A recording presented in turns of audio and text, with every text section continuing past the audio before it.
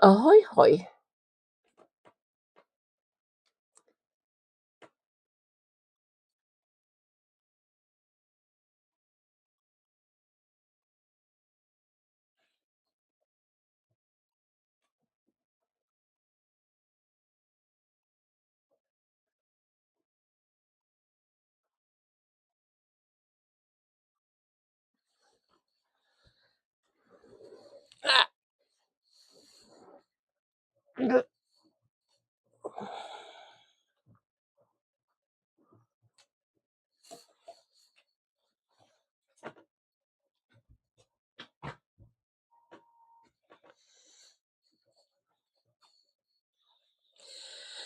Ahoy hoy.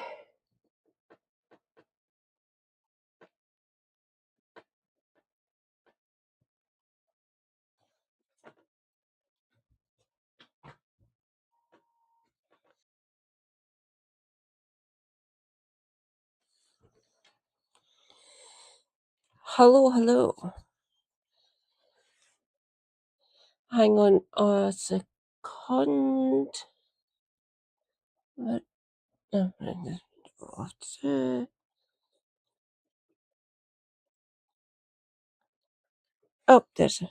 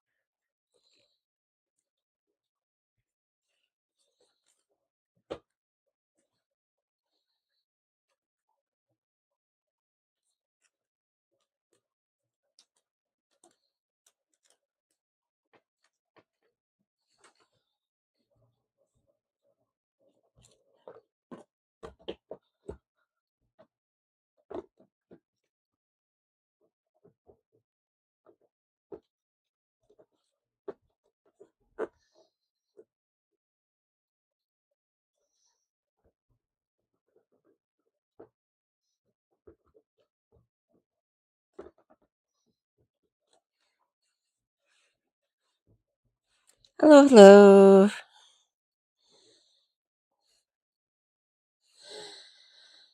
Right. I'll wait for people to arrive.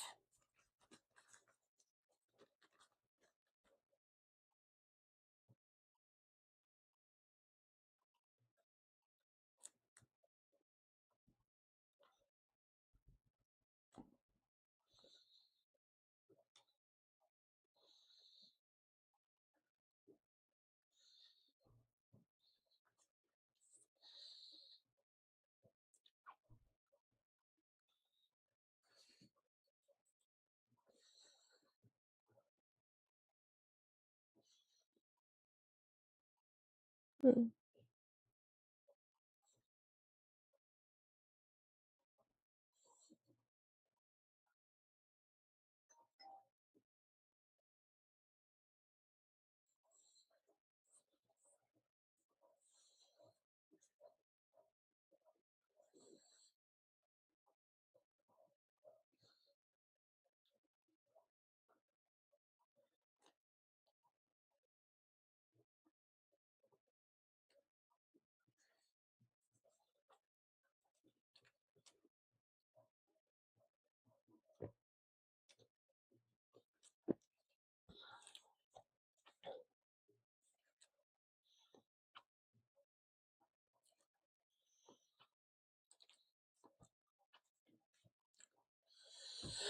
Ah, hello.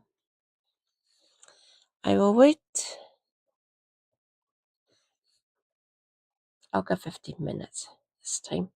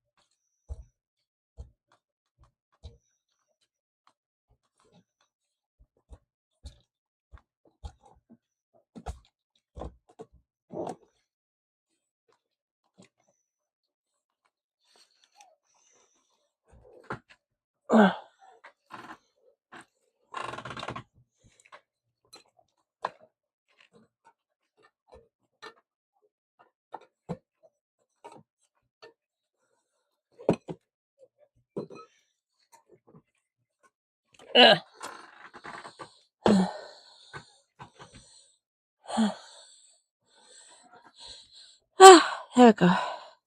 That's better.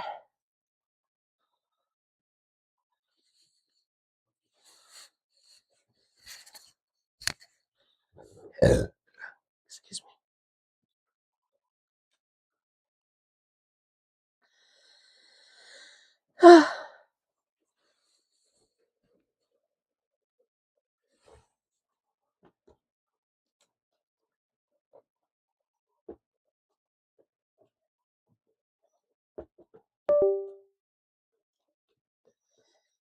Ah, bollocks.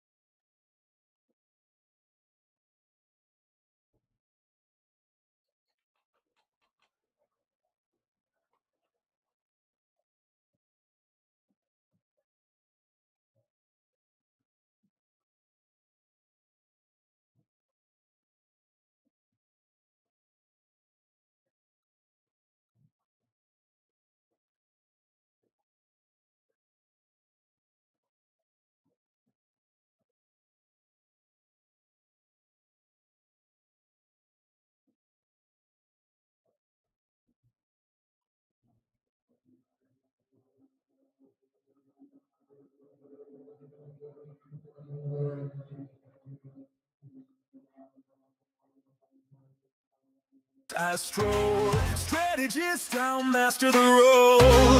My crown illusions take control. I wear your face, your shape, your soul. Your power is mine.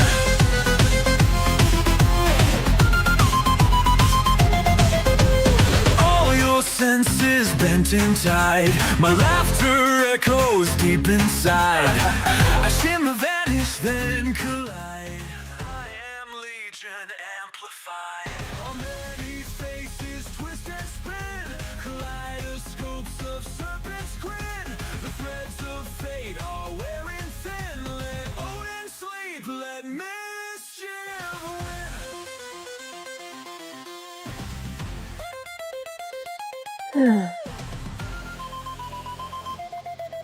From icy Jotun blood I rise, gilded in Asgard's golden guise. Stitching space-time with my lies, my illusions catch on and spin. Kaleidoscopes of serpent's grin. The threads of fate are wearing thin. Let Odin sleep, let mischief win.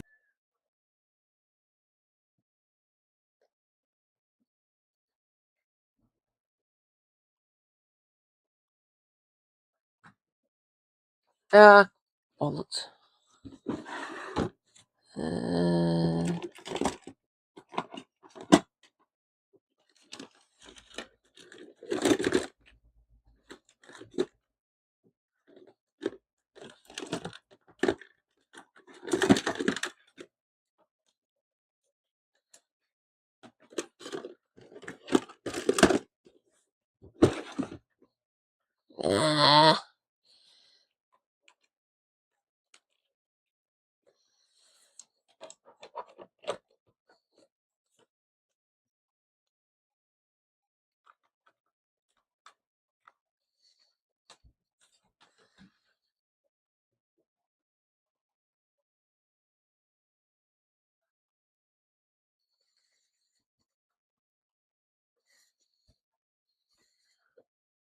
Hang on.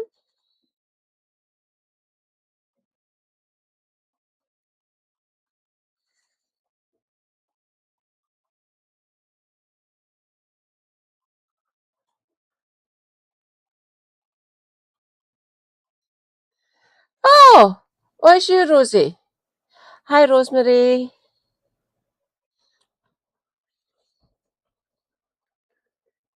I know it was just some music until people started arriving in. Good evening, my darling. How are you?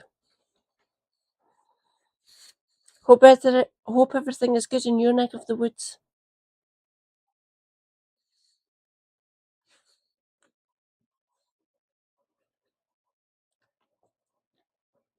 I'm finally going to be actually talking about the Tim's review tonight because, obviously, I'm keeping an eye on you, Stephen Timms.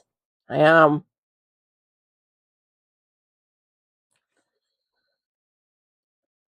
Right. Hello. Hello.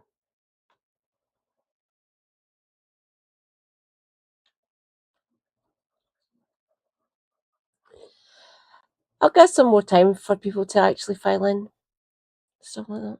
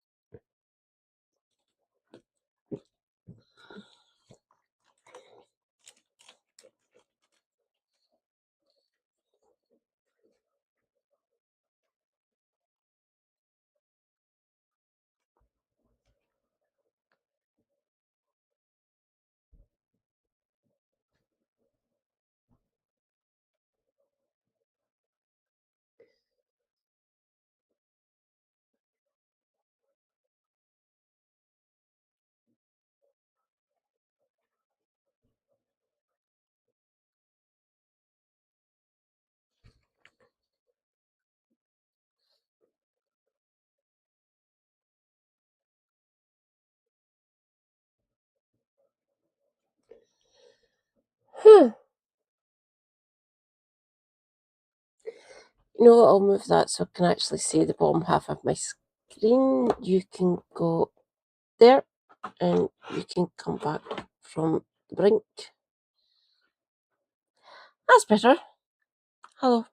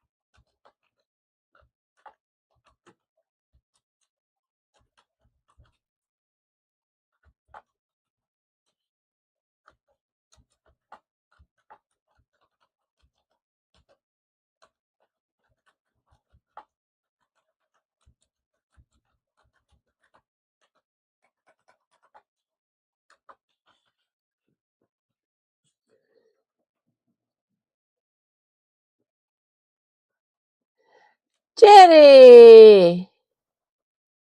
True. Yeah. Welcome in, Jerry. Hang on. Ah!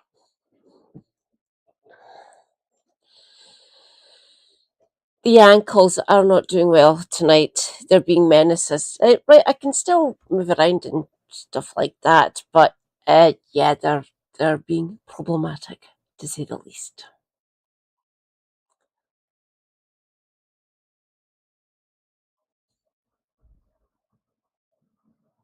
Eh, still waiting. Okay, I'll give people a half an hour, which is in 6 minutes essentially.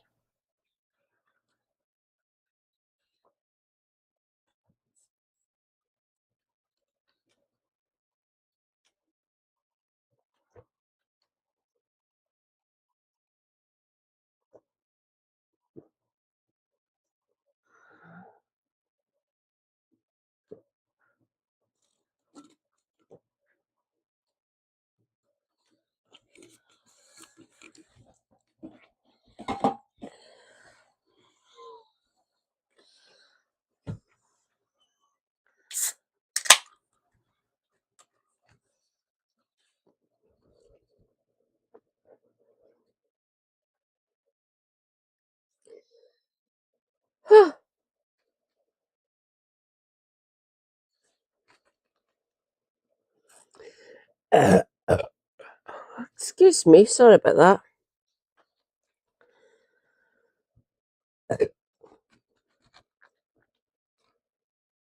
Uh,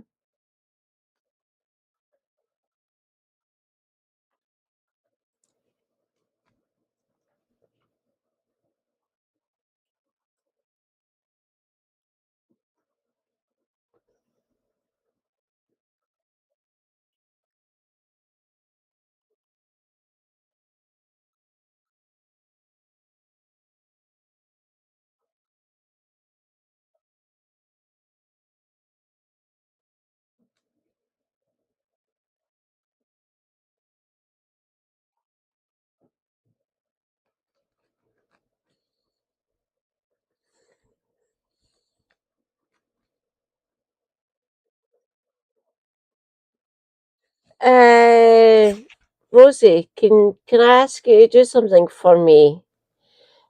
I'm struggling to actually read your name because of the color of your font. Can you change it to something clearer, like a pastel shade or something? You don't need to if you don't want to. Just to make it easier for me to read. In fact, saying that, I should maybe put my glasses on.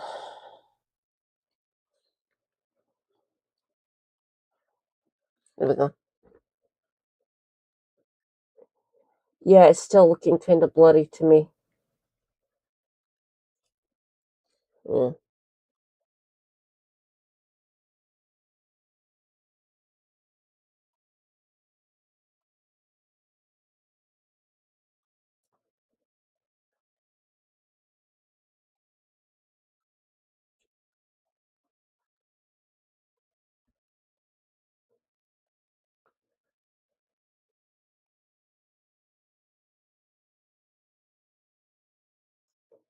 Oh no, no worries.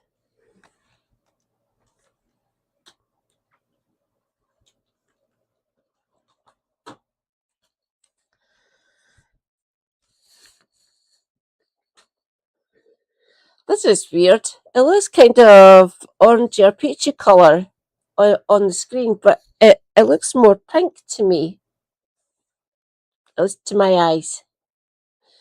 Mind you, the lights in this living room are kind of weird at times. Yeah.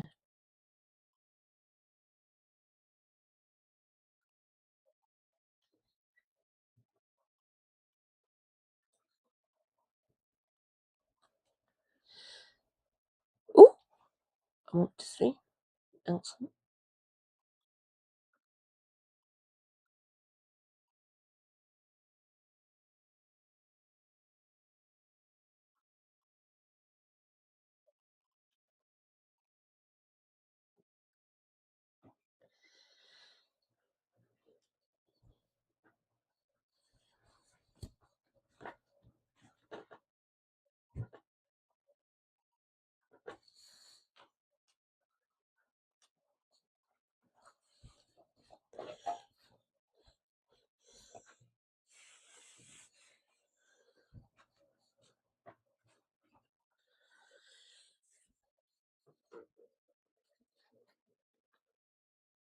Hmm.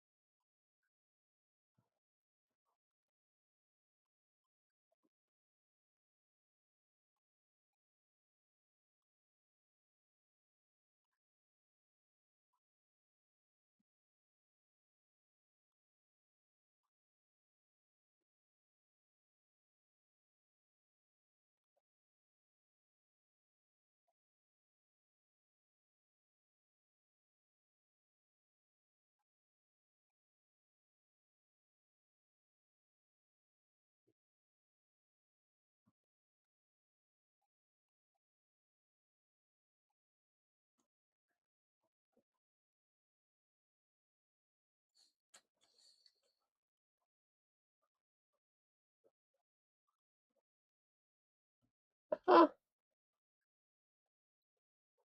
what do I make of neoliberal Zionist Burnham? Uh, Playwright, he's saying all the right things currently, but because a new job for him, essentially. But yeah, I'm not holding my breath. No. At the end of the day, he's still a playwright bastard. Hmm. Yeah. What do you think of him, Rosie?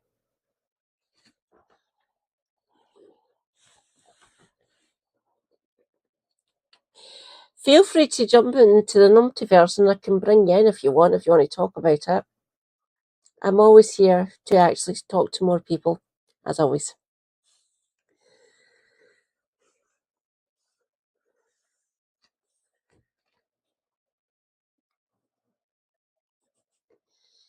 Well, the foreign policy isn't going to be changing, especially under odious little prick.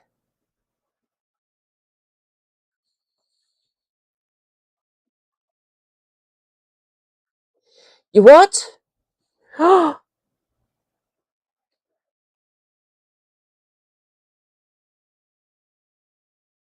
Praise be. Do I have read? Give me a second. Let's go to my YouTube.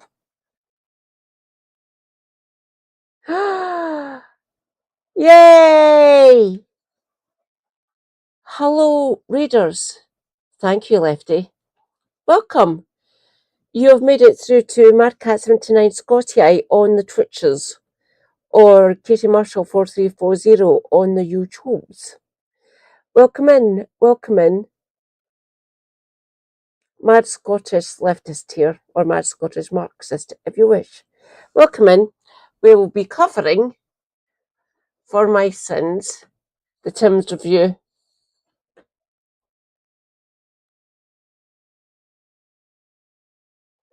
Oh yeah, I already said that. And people, good people like us, Rosie, we've already said it. Trust me, everyone, nothing's going to fucking change as per Scotland. Andy, you're going to devolve anything up to us. We really want energy. We really do.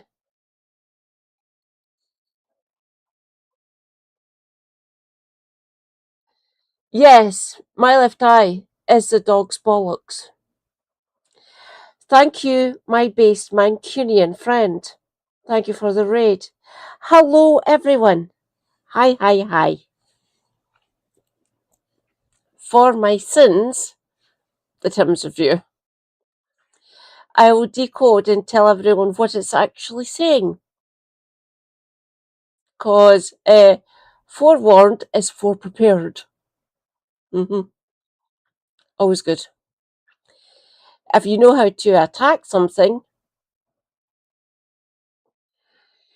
rejoice. Smash the like button or like the smash button. Hello, Lefty. Oi, oi. Look, someone from your neck of the woods is now Prime Minister. Again.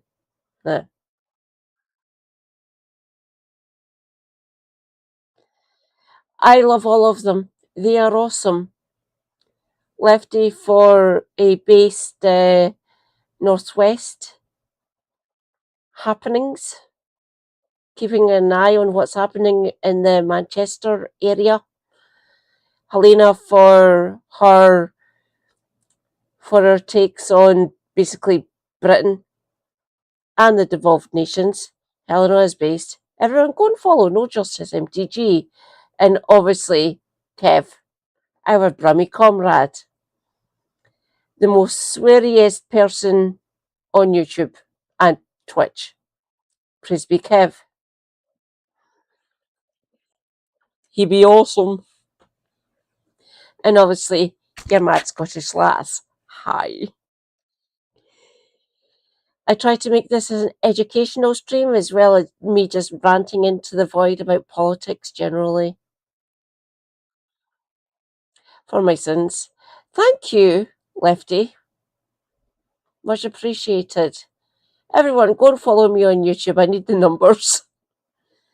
I really want to be able to redirect or read out on YouTube. Kev is brilliant, isn't he? Very sarcastic, just like us Scots. Who'd have thunk it? May I assume, Rosie, that you're just as sarcastic as me? Don't get me wrong, not all of us up here in Scotland are sarcastic, but a good few of us are. We are, yeah. Praise be Kevin Logan. Right, shall we? How many people do I actually have over there on the YouTubes?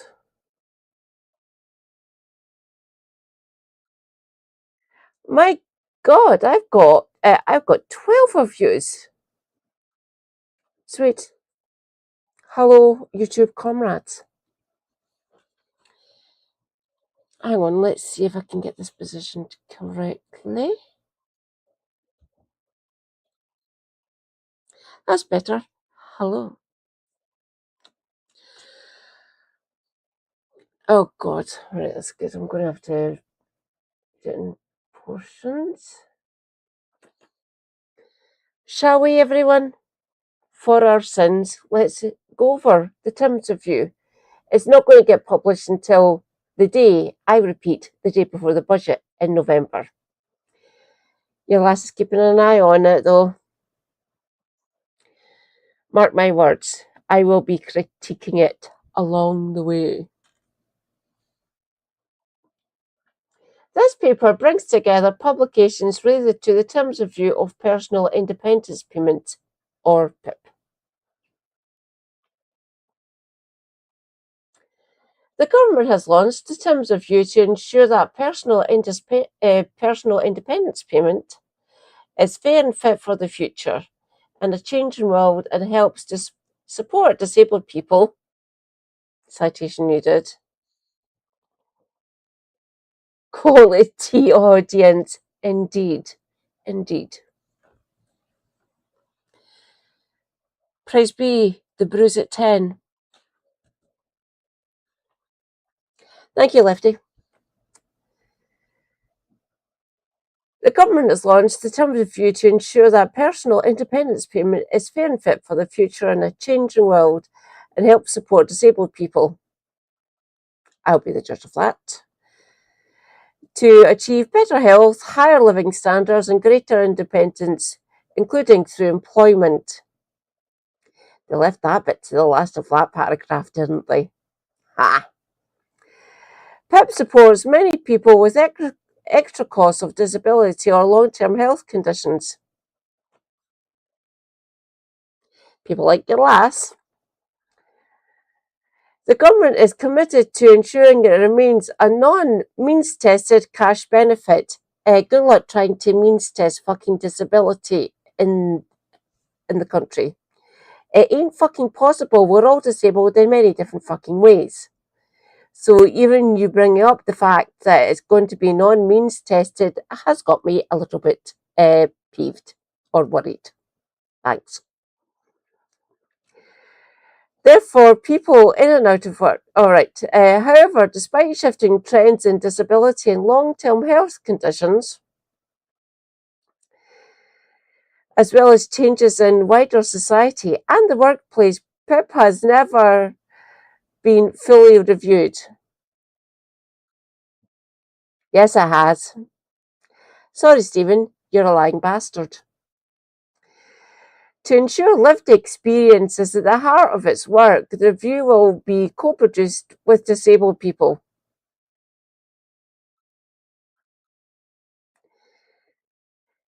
They have instituted that now, but I still don't trust them. The organisations that represent them, carers, clinicians, experts, members of parliament and other stakeholders.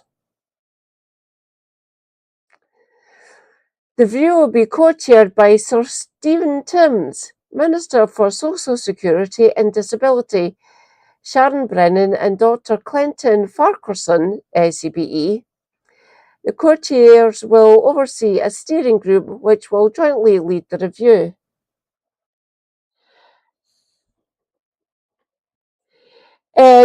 Nina, yeah, that's laugh. It's fucking hilarious, isn't it? Hence me existing and in decoding all of this fucking bollocks. Hang on, I'm still no fucking comfy, dude. That's it.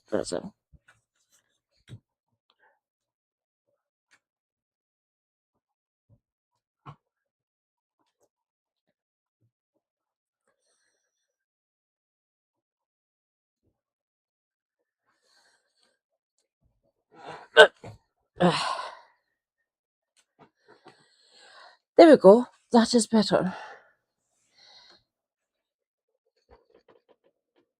If the government didn't wage war, exporting mass racism, take bribes and before.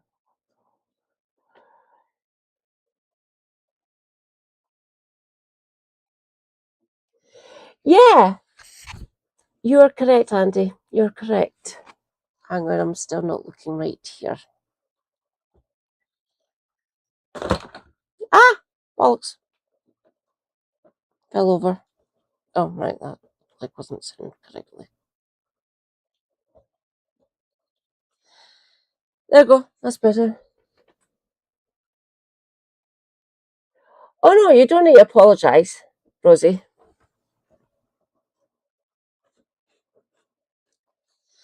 There we go. Yeah, it should be easy for them, Andy. It really should. Yeah.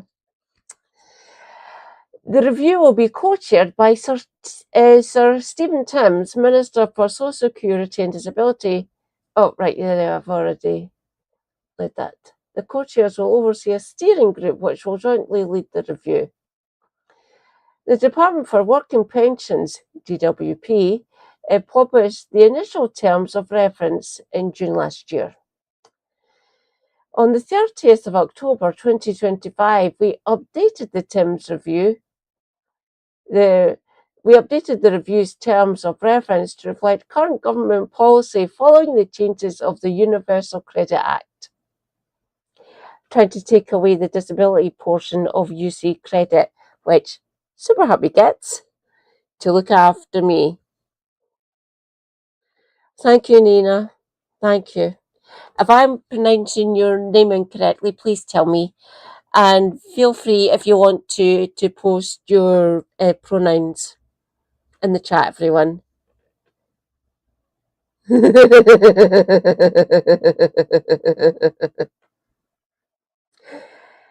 I am so fucking angry that Burnham has kept that absolute fucking demon in his post. There was two of them I wanted to get shot of. Pat McFadden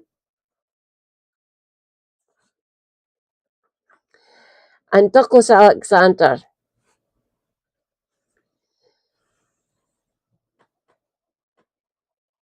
Am I? Thank you, Nina. She, her, everyone. On the 30th of October 2025, we updated the review's terms of reference to reflect current government policy following changes to the Universal Credit Act, and to include additions and clarifications following stakeholder engagements over the summer of last year. The review aims to report to the Secretary of State for Work and Pensions, Glaswegian Gould, in autumn of 2026. It's actually going to be November, which is damn near winter, and we have committed to reporting its outcomes to the Parliament. Pat McFadden bags watermelons.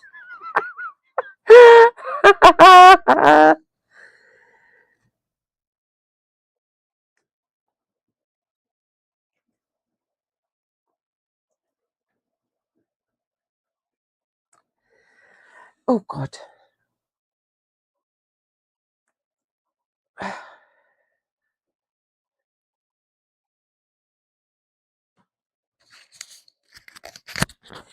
I shall return.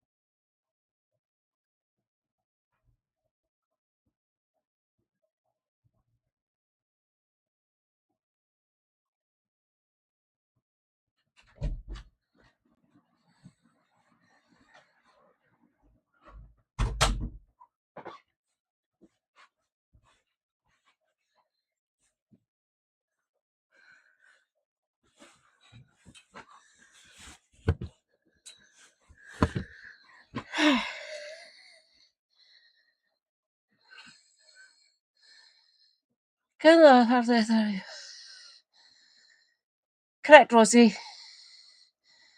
Yes, reaching is in defence now. What the actual fuck?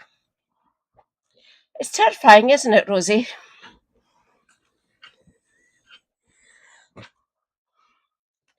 Oh, please tell me if you prefer Rosie or Rosemary. There we go. Right. We can go chronologically if you wish.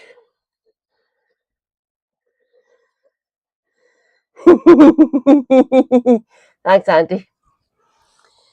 Everyone, go and follow Andy Luke. Feel free to post the links to your channel, Andy, in the channel, in the chat. Hang on, let's get myself comfy. Rosie, no problem, Rosie. The only thing that comes to mind to me is Rosie and Jim.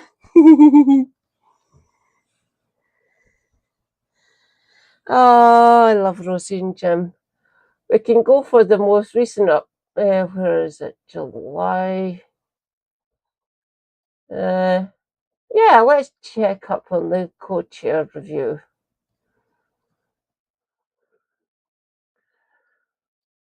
Hmm.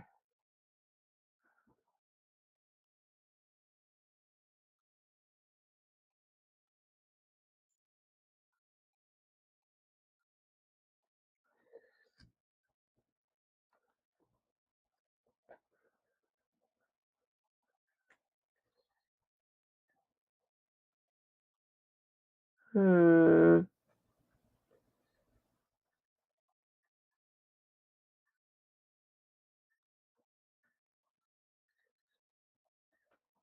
So there we go. Sharon Brennan, Dr. Clinton Farquharson, and that's Stephen Timms right there.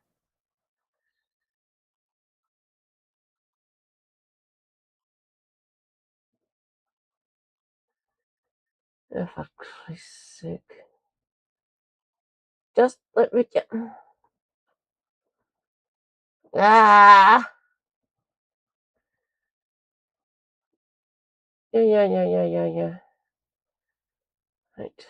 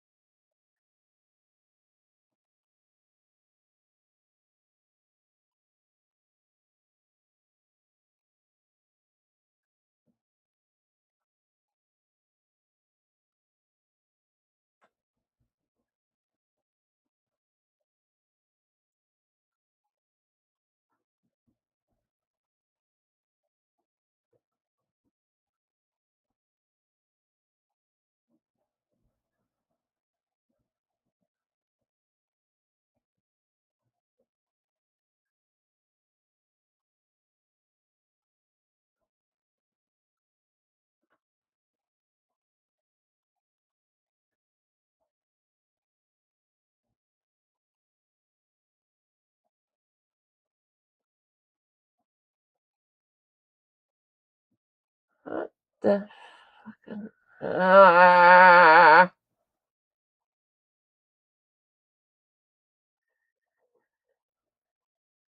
Ugh. They weren't updated it. Fuck's sake. Let's see if I can actually find a channel about it. Aim to interview Stephen within a... Oh, keep me updated.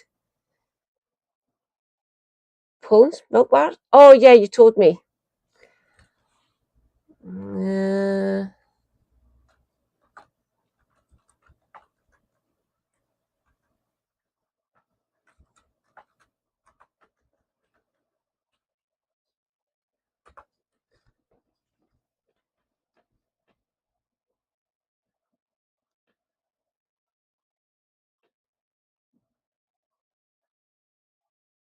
It is hot in the UK right now, but what is even hotter is the Timms review released today. And Sir Stephen Timms, quite frankly, has done the disabled community well, because even he agrees that PIP in its current format is not fit for purpose.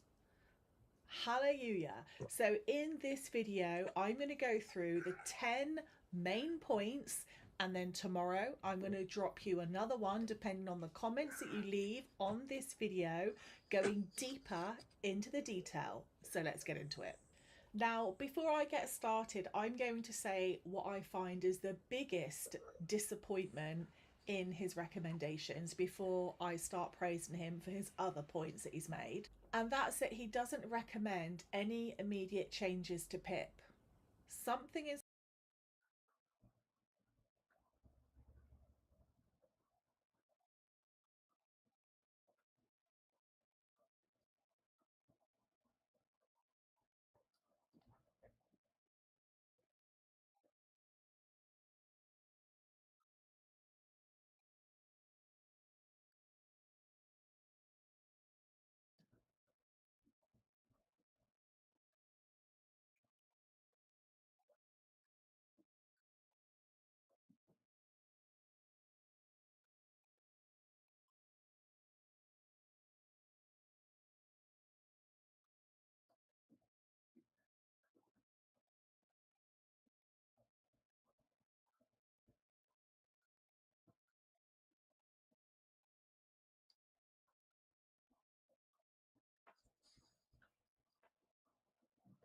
Oh, Niall. Not too bad, actually. Thank you. Doing well. And...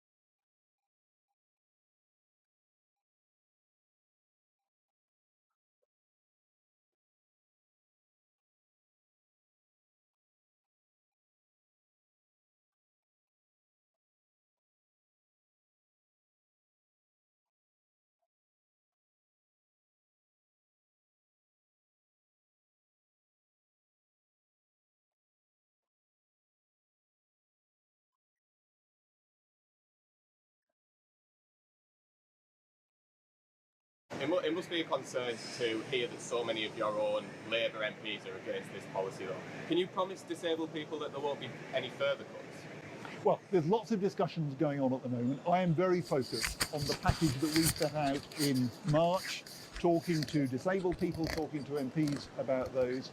I'm very confident that we can do a much better job in the future of enabling disabled people to have the benefits and the opportunities of work. Far too many haven't had those opportunities up till now. There've been too many barriers in place. We need to remove them. That's what we're focusing on. And I think a lot of people are going to be better off as a result. So there's no chance of you backing down? We're bringing forward the proposals. I expect them to reach the House of Commons in the next couple of months. And I'm very confident that we will get the support there to make the changes that are needed. It must be a concern.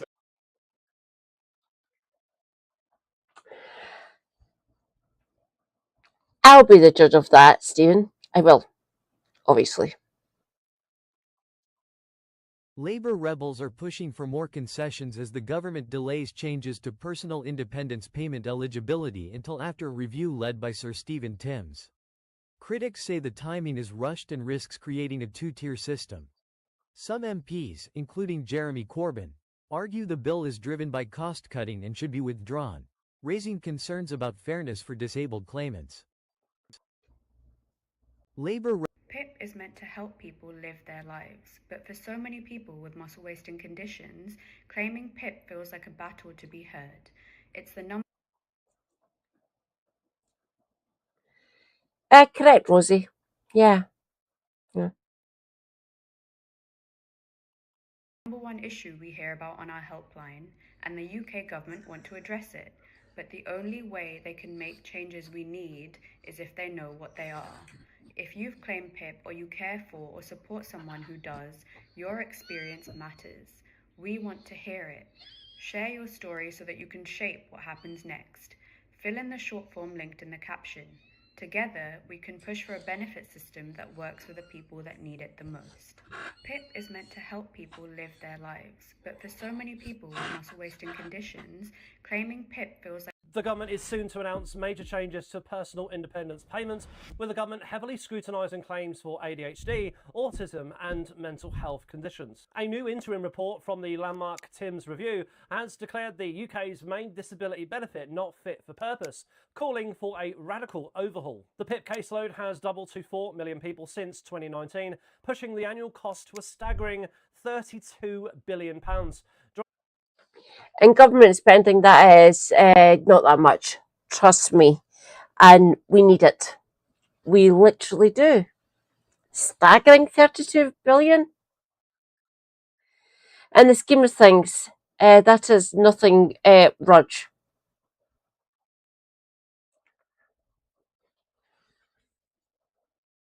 Driving that surge is a massive spike in claims for neurodevelopment and psychiatric conditions, particularly amongst young adults. Work and Pensions Secretary Pat McFadden confirmed he specifically asked the review to examine the sharp rise in claims for anxiety, depression and neurodiversity. The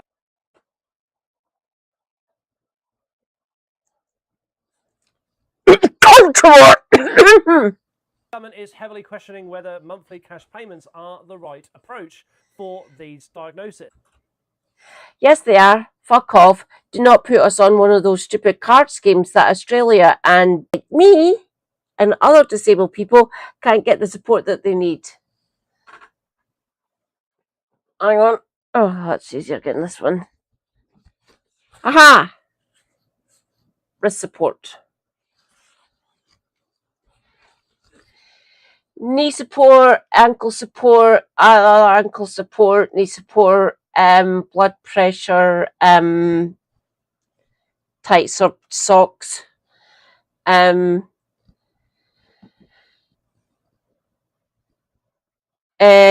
caps for our in-ear thermometer, heat gel, emollient.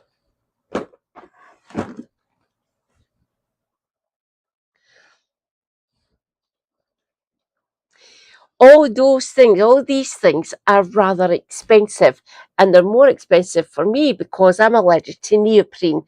So I have to make sure there's no neoprene in it, and it costs more for something that gets taken out. Make it make sense, chat. Thanks.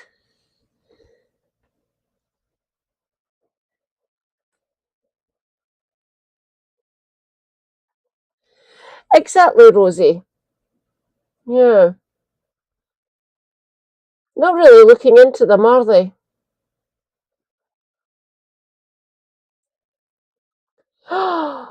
Rejoice, comrades, Reza Lindsay. Hello, comrade. Yeah, I'm concerned as well. Yeah.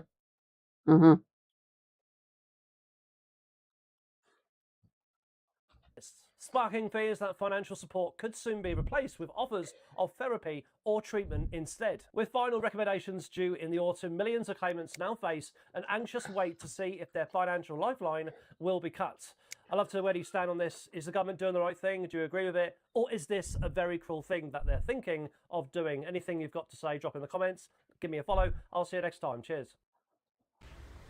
Magic the Gathering booster cards and medicine. Let's see what we've got today. Phyrexia. That is a really dumb hat. Like, I mean, that just grabs my attention. All right. Straight off the top, though, we do see Phyrexia, which is very... Some of my favorite Batman stories are the ones... The minister leading a review into disability benefits says there will be no crude proposals when it comes to changing the system. Sir Stephen Timms confirmed that personal independence payments, known as PIP, are not, in his words, fit for purpose and need to change. The current system helps cover the extra costs faced by people living with disabilities or health conditions.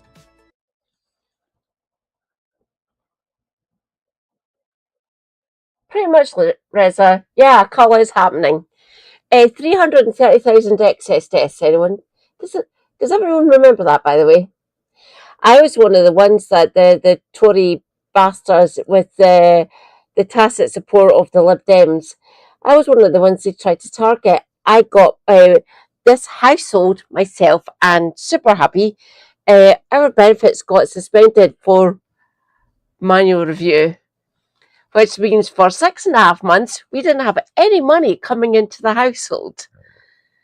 I went down to 700 calories a day. I had my gallbladder removed, and I needed to keep up my protein intake for my issues. I need the protein to build me up, build up my muscles and things like that. And due to ideology, they starved people like me. People did die. Nick Clegg is a fucking monster to me, Rosie.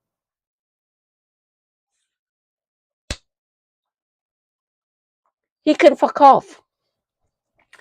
No violence, please. If you ever see Nick Clegg out and about in the wild, just tell him you supported one of the most right-wing fucking governments known to man who tried to end people like me. You're a wank. Goodbye.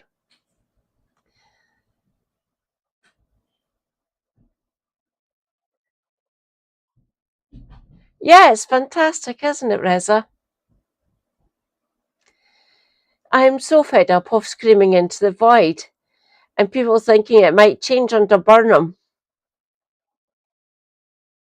Nah. But the government has been looking at ways to reform it. While changes are coming, Sir Stephen is making clear that the review will be careful and considered, not rushed or reckless.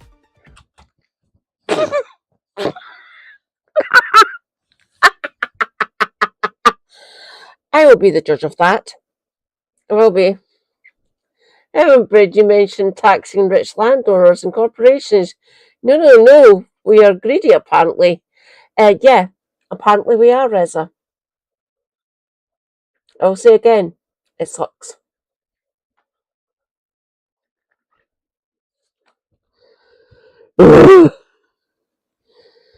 Help me, chap, please. Thanks. The reassurance comes as officials continue working on exactly how the benefit will look in the future and what those changes will mean for claimants. The minister leading a review into disability benefits says there will be no various places where review is done very well. The government's own landmark review has reached a damning conclusion. The system used to assess disability benefits in England and Wales is not fit for purpose, and the entire process must be redrawn. The review, led by the Disability Minister Sir Stephen Timms, examines personal independence payment, the benefit that helps disabled adults meet the additional costs of a long-term physical or mental health condition. Its verdict is blunt. The points-based assessment is, in effect, worthless because it has failed to keep pace with fluctuating and less visible conditions, particularly those relating to mental health, which can vary sharply in severity from one day to the next.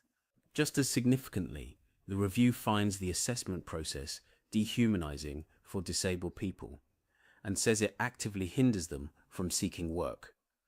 This is not the language of a distant critic. It is the finding of the government's own minister. The scale of concern is stark. The review received more than 38,000 submissions from members of the disabled community, and the majority described negative experiences of.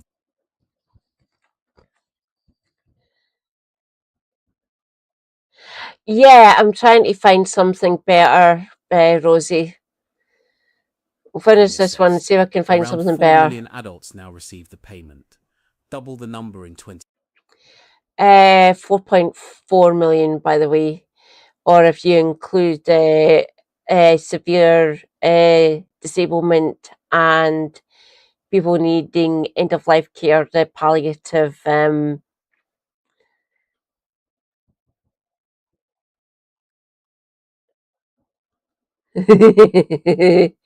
John Johnson done nothing wrong. Thank you, Brummy Comrade, for that one. Emerson as well. 2019, and roughly 1 in 6 of them are already in work. 2/3 of claimants who challenge their assessment at tribunal see that decision overturned, a figure that speaks for itself. The review was commissioned after the government's retreat over planned welfare cuts. It will be released in 2 parts. This interim finding first, with recommendations on a redesigned system to follow in the autumn. Campaigners have long warned that the system punishes the very people it was built to support. For once, that warning is being echoed from within. Disabled people were promised a system that reflected their reality. The evidence says it has failed them. The question now is whether the promised reform will finally deliver dignity or simply repackage the same failures. This is Shepherd Lens Media, independent, unfiltered, human. Please like, share, comment and subscribe to the channel. The government's own land. Lit RPG reviews in 1 minute. Valerios's Road to Mastery. I am reading. Could I get your review of his first week in the top job? I mean, I think everyone in number 10 will be delighted with how the first week has gone.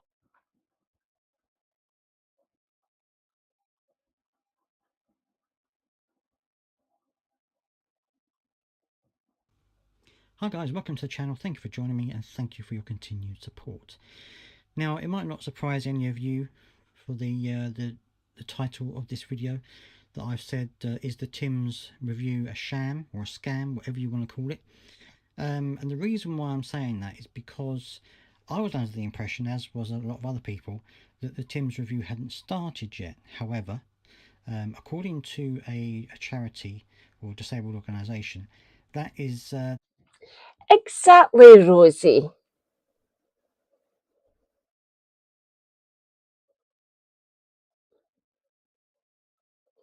But he's from the north, Reza.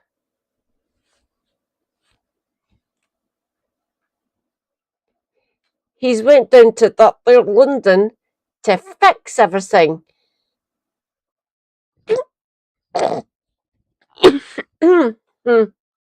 That's not the case, because one of their team was asked to attend a meeting, and I'm going to put snippets of the tweet up here so that you can see it, or whatever they call it on X these days, so that you can read it for yourself as well. But basically, this organisation are now very concerned about the Tim's review because, as we know, they said in the House of Commons that it was going to be a co-production between the government and the disabled organisations.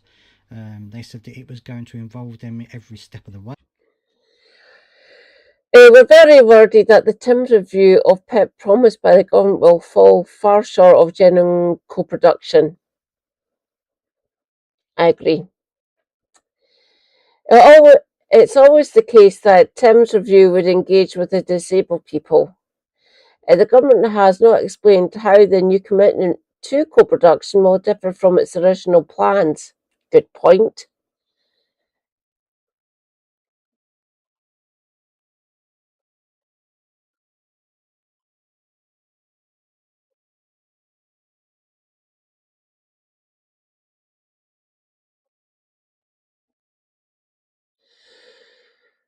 Yeah. How are things in your neck of the woods, Reza?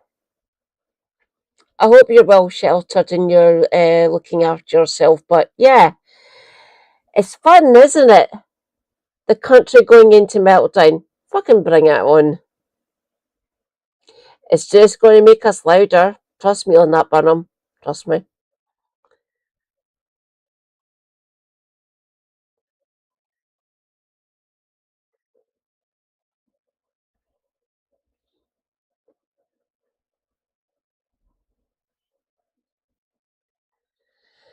Yeah, I'm actually noticing that the messaging which I can decode, I can decode it. So can Helena and Kev and Lefty. Thank you, my left eye. And I bet that Big Madge. Everyone, go and follow Big Madge. I haven't actually picked up Madge yet. Madge is brilliant. Frisbee. And obviously Lefty and Kevin, no justice. And your lass, feel free to follow me. The very word is the term review of PIP promised by the government will fall far short of genuine co-production. Correct. It was always the case that Tim's review would engage with disabled people. The government has not explained how the new commitments to co-production will differ from its original review. Co-production should mean that disabled people will have equal decision-making power. Yes. But you already have concerns that disabled people are not being meaningfully involved in the review. Basically, we've been marginalised yet again.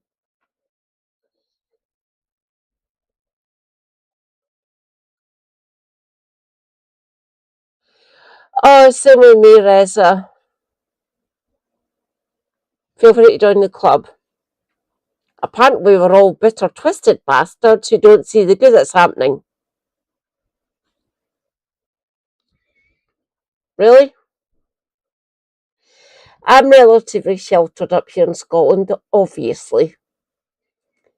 We actually have a kind of decent government in place. But yeah, don't get me wrong, it still kind of sucks up here in certain aspects. Apparently, Rosie. Yeah, apparently. Which of course a lot of people were pleased about, the fact that they are actually going to involve disabled organisations and disabled charities and people in the running or the oversee of the review. But this particular organisation said that one of their team went there to a meeting to discuss the terms of reference for this Tim's review. But when they arrived, they were shocked to find that the terms of reference had already been discussed, agreed and published. So obviously, I don't know if there was any other disabled charities there, but this particular person got there and found that it had already been done. So this suggests to me that they perhaps aren't doing everything with disabled charities or disabled organisations in a co-production.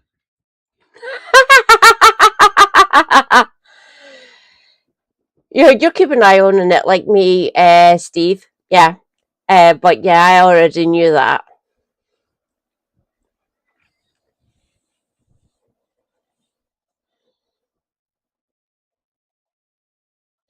Yeah.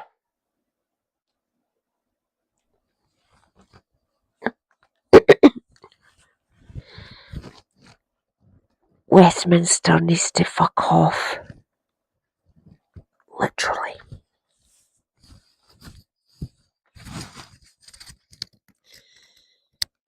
You know, fuck it.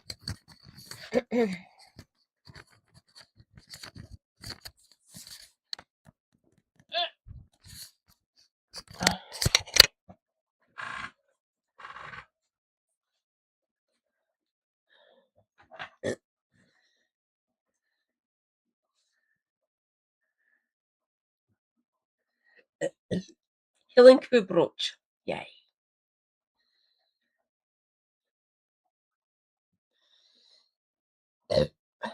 Excuse me.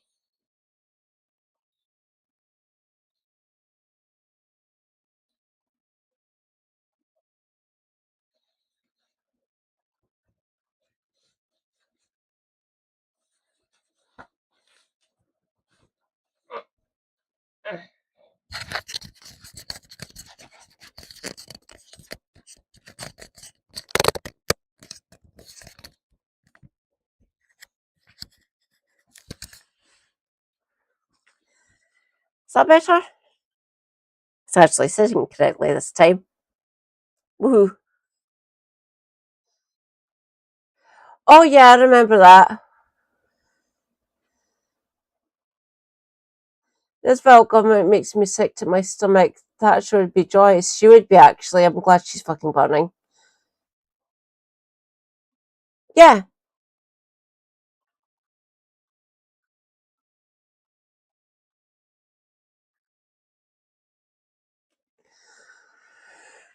Welcome to my world, Reza, and Rosie's world. It sucks. It literally does suck.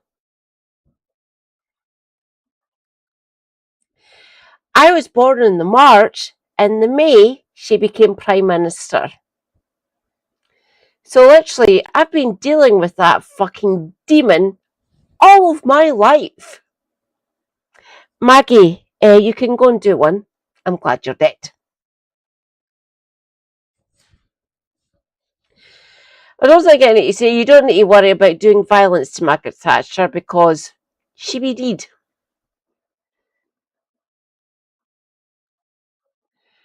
My God, Rosie, I didn't actually realise that. You're 13 years older than me.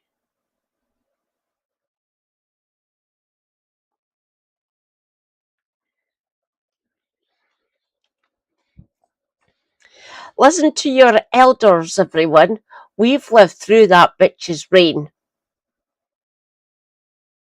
It wasn't fun. Then Blair came in promising to change all the damaging shit that she'd done during the 80s and the early 90s with Major. Did that happen? Did it, bollocks? Way, which is concerning but not surprising, really. I mean, when you think about the way they dealt with the Green Paper consultation, that was a farce. I mean, lots of disabled people wanted to ask questions, but the questions were only the questions they wanted to answer you. You couldn't ask any other types of questions. Very often they were cancelled, or you know, things got in the way. They weren't able to get people into the venue and things like this. Loads of problems with the Green Paper consultation. So I'm not entirely surprised that this has come out, but it is a potential concern because what it means is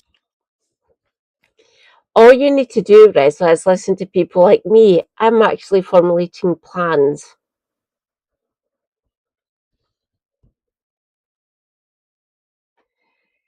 Correct, Rosie. Correct. I know lots of people across the land are thinking, "Oh, we've got rid of him. We've got rid of Keith, essentially."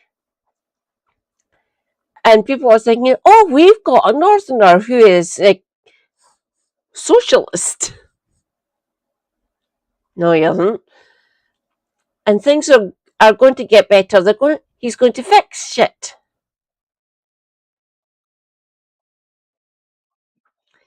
If good shit happens, don't worry, I will report on it. If bad shit happens,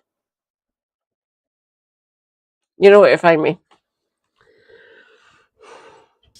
that if the government are pursuing with this Tim's report without the help of disabled charities or disabled people, then it's going to be no different to the Green Paper review, and it probably means that they're going to put a bunch of stuff in there that's going to upset disabled people and charities and probably their own backbenchers. So it's a concern. I'd love to hear your thoughts down in the comment section about this, because it's going to be interesting. The vote's going to be tomorrow on the Green Paper, that is, the bill.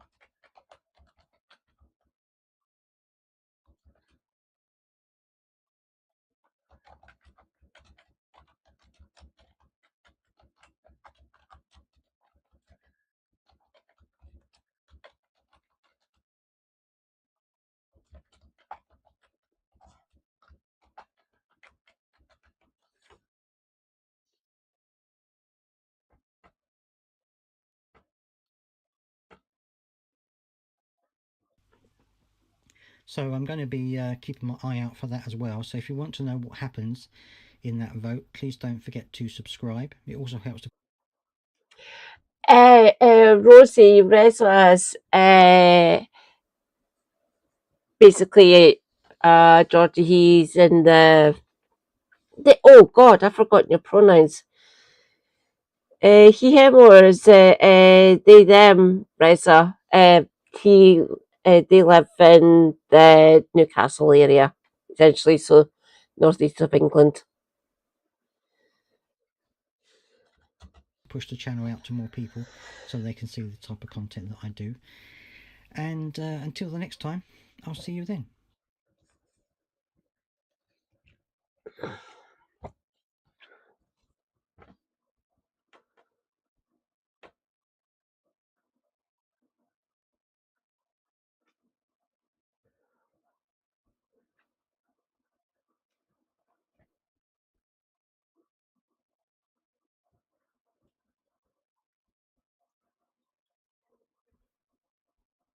He him. Thank you, Reza. Thank you, comrade.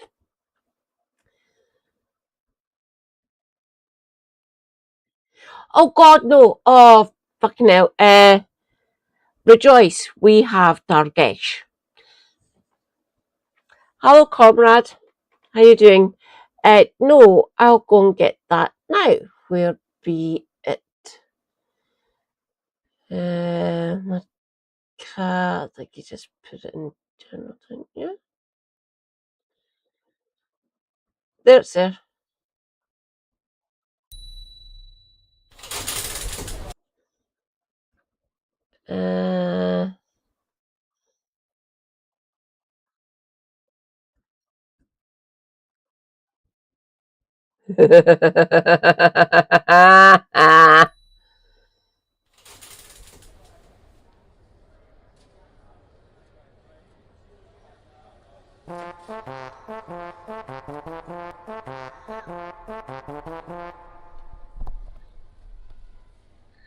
I came into office at a time of great economic and international instability. Families and businesses were worried about how to pay their bills. Putin's illegal war in Ukraine threatens the security of our whole continent, and our country has been held back for too long by low economic growth. I was elected by the Conservative Party with a mandate to change this. We delivered on pension bills and on cutting national insurance. We set up a vision for a low-tax, high-growth economy that would take advantage of the freedoms of Brexit. I recognise that, given the situation, I cannot deliver a mandate on which I was elected by the Conservative Party. I have therefore spoken to His Majesty the King to notify him that I am resigning as leader of the Conservative Party. This morning I met the chairman of the 1922 party, Sir Graham Brady. We've agreed that there will be an election that will be concluded within the next week. This will ensure that we remain on path to deliver on fiscal plans and maintain our country's proper stability and national security. I will remain as Prime Minister until the successor has been chosen. Thank you.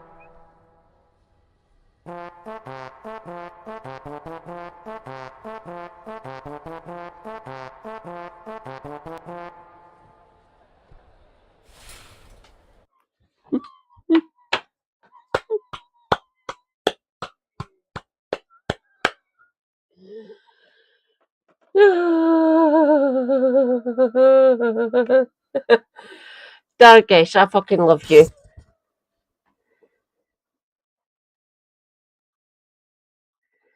Oh no, her entire premiership was a fucking joke, Dargesh. Trust me on that one.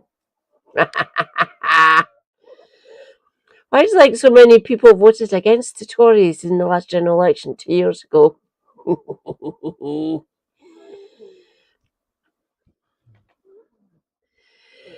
Oh yeah, you knew I was going to enjoy it, obviously. Everyone, go and follow Dargesh.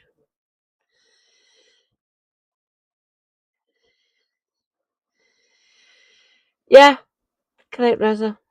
Mm-hmm. Andy Burnham's a unionist, so is Keir Starmer, so is every British Prime Minister. As an Irish person, I would say the British government has never had any right in Ireland and never will have any right in Ireland. The government has to plan for the future. Planning for the future means planning to end the union. People being suppressed by military means do have the right to resist by armed actions. It's in the nature of sections of the media, and it's in the nature of the world. The armed insurgent will be depicted as a terrorist. The armed occupation force will be depicted in some way as being peacekeepers. It's all about power. It's all about greed. The IRA is now a matter of history, but the media will still refer to IRA gangs. No, they won't refer to British Army gangs. Sectarianism is the first cousin of racism. If you are poor, if your children don't have a home, if you have sons and daughters. Yeah, Jerry Adams.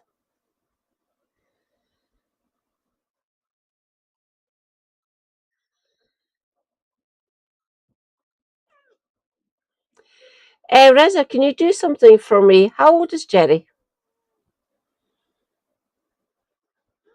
Living in the box room, then it's easy for others to wind you up.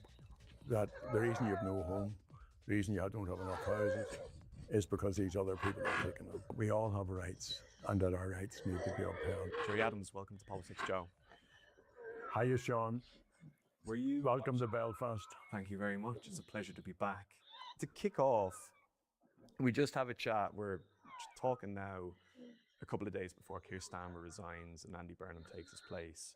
What are your what do you see that as a sign of? Are you good pals with either of them, or do you have a thought of what the signs for the UK as a whole are?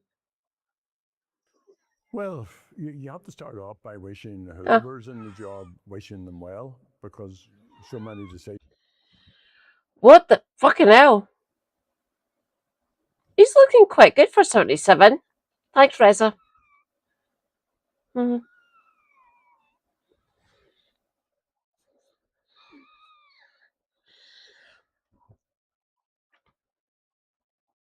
Hi, Jerry.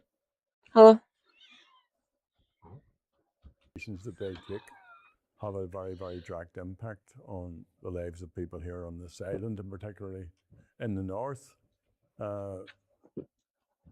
Andy Burnham's a unionist, so is Keir Starmer, so is every British Prime Minister, and part of their Rejoice, comrades. Elron Hubbard. Hi, everyone. How goes it, my comrade? We really need to meet up at some point. Really do. I don't know what would be easier, are you to come up to Glasgow or me to come down to Liverpool? We can talk about it. But I really do want to meet you.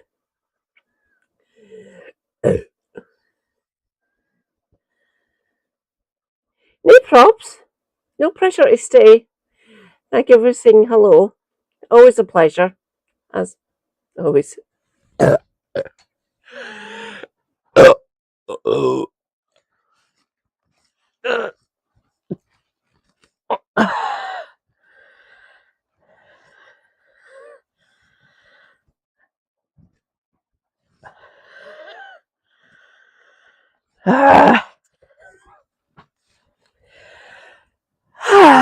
That's better. dispensation is to keep the union. So we need to be very, very mindful that when Mr. Burnham comes in, that he understands that the Good Friday Agreement.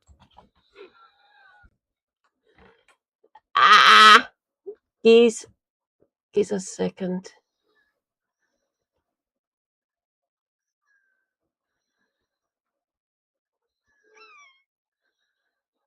Alright, there.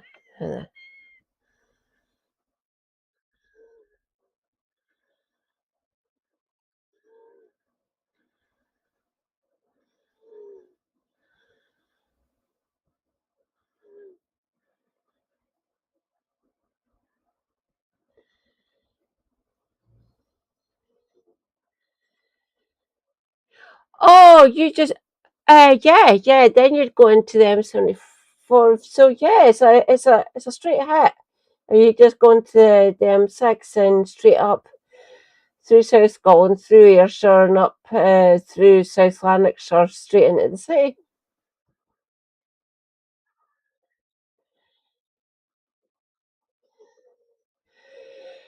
They really do need it, Rosie. They really do. I've been checking on that story and so super happy. Not looking good, is it, my darling? I've forgotten where you are. Whereabouts in this glorious nation are you, Rosie?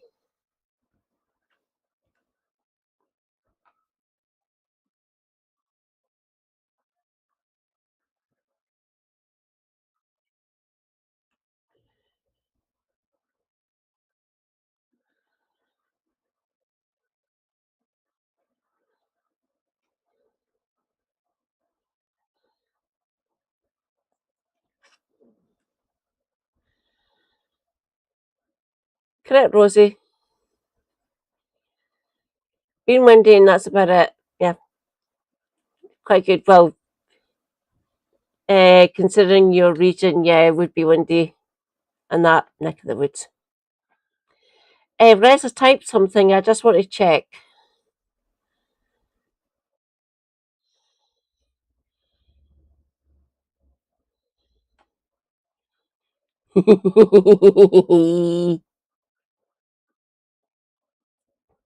Thanks, everyone.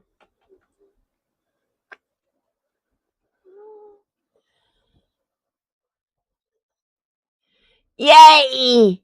Reza's got the shield. Ha ha! No obligations, as always. And if it gets too much for you, just tell me to take off the shield if you want. But having people to police the chat, if any sort of chuds or fucking Egypts come in, always good.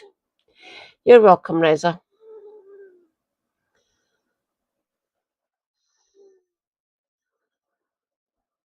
Oh, there's her. Got it.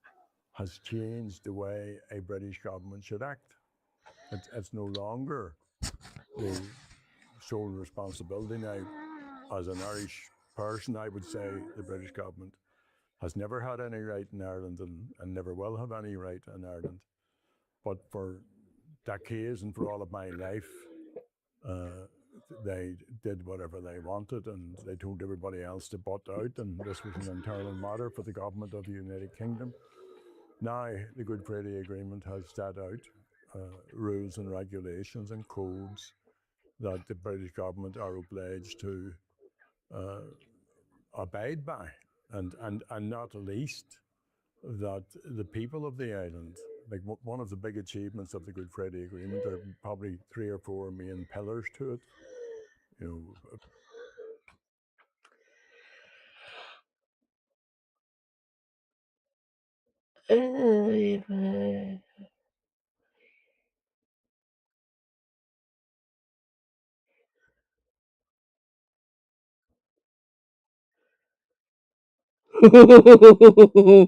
Good luck with that. She needs her cake rattled anyway. She really does. That's a really good question, John, actually. Praise be, comrades. John the Brazen. Hi, John.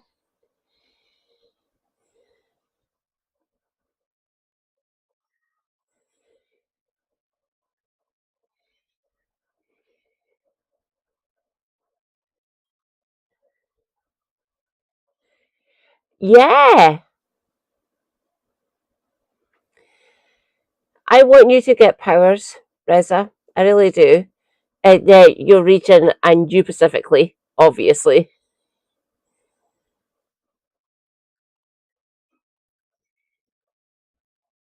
Correct, Reza. I would keep an eye. Yeah, Burnham is a prick. End of.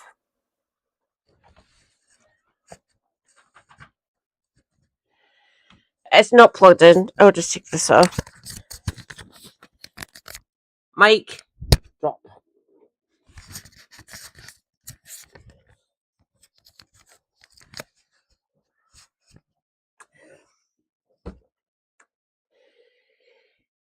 Everyone, my comrades, my friends, do we see any sort of meaningful change? We'll probably see more tinkering at the edges, really.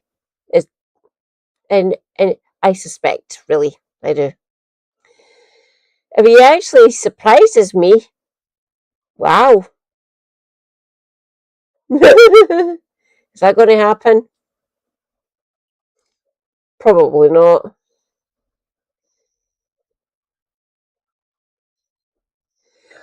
Oh, don't worry, they already do that. Don't get me. I have respect for Swinney. I really do, but he looks knackered. Running the nation is tiring. I get it. I understand. Oh, it's going to be amazing, Rosie. It really is.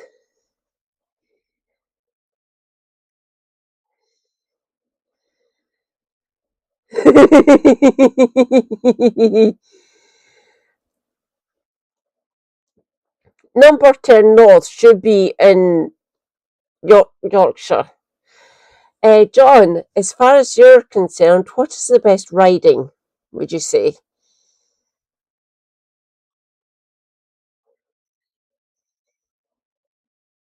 Correct, Reza. Yeah. Measures to bring in equality, to end discrimination, dealing with policing, legacy issues, and so on. The governance of the place, but also that the British government and the Irish government would hold referendums, and the people will decide the future. So there's the union is now very conditional.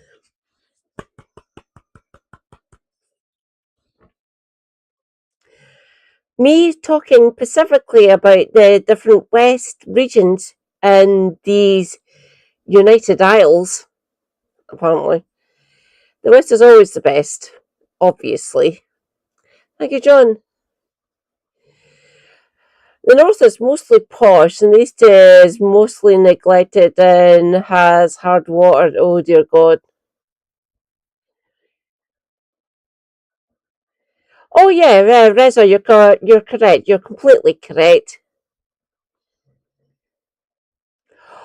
Oh, remind me again who the mayor of Hull is, John. I've got a funny feeling that I've already actually reacted to him. Once upon a time in the West, fighting. Oh God, no, no, no, no! Is it these so-called union of equals? I'm still looking for evidence of that. Really, I am. I really am. Yeah.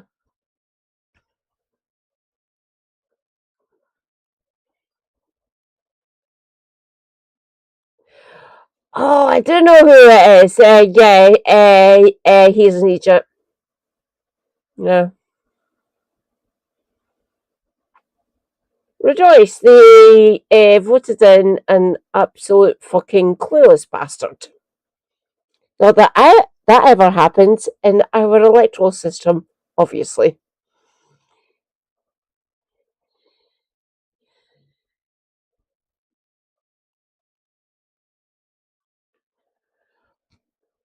That's a bit weird. Against net zero, but he wants hydroelectric.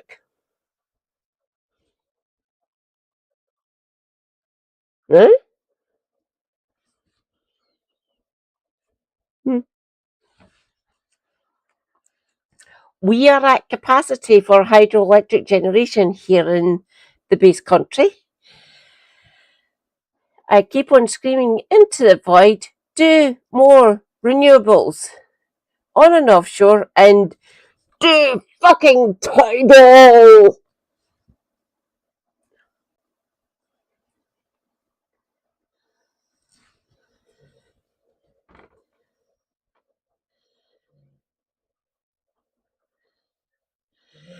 Oh, yeah.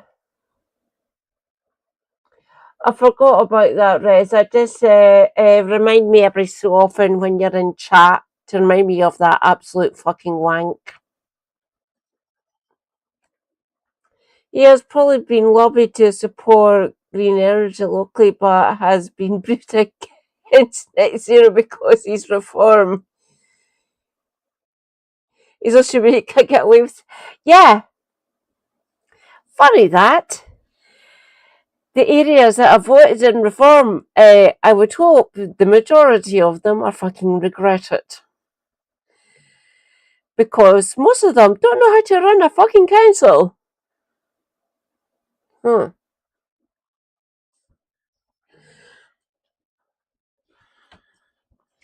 Follow my lead, vote in sensibleness, and you won't get all this fucking chaos.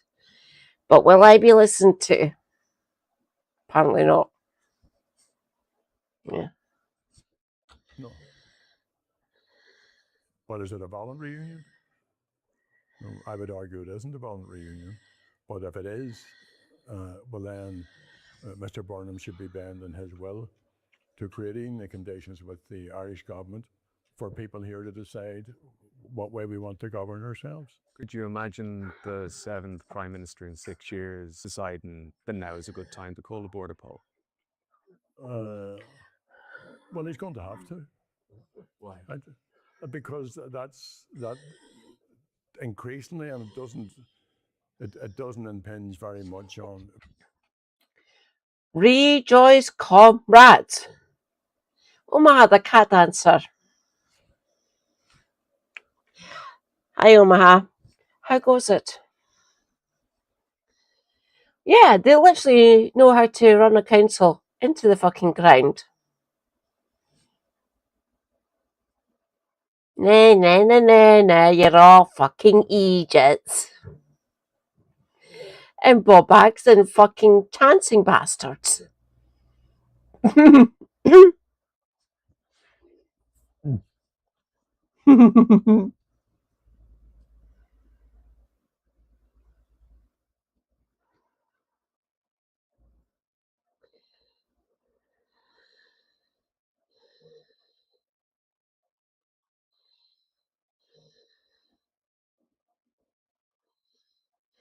Hi, Omaha.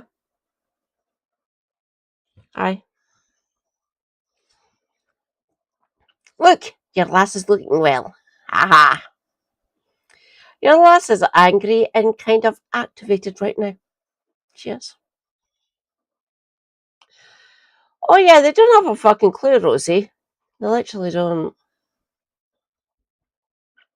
Case in point, Malcolm offered. And that little wanker, Thomas Kerr.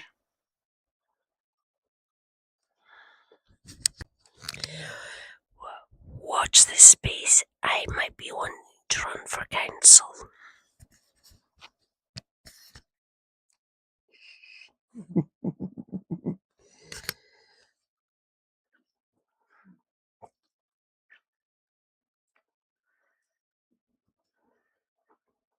Oh, crud.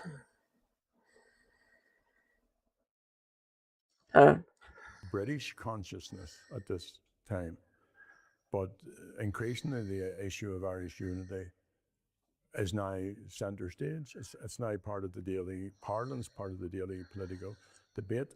And remember, in the so-called United Kingdom, we have a first. Who is worse, Malcolm or Darren? Darren or Malcolm? Darren or Malcolm? Reza, they're both fucking wank.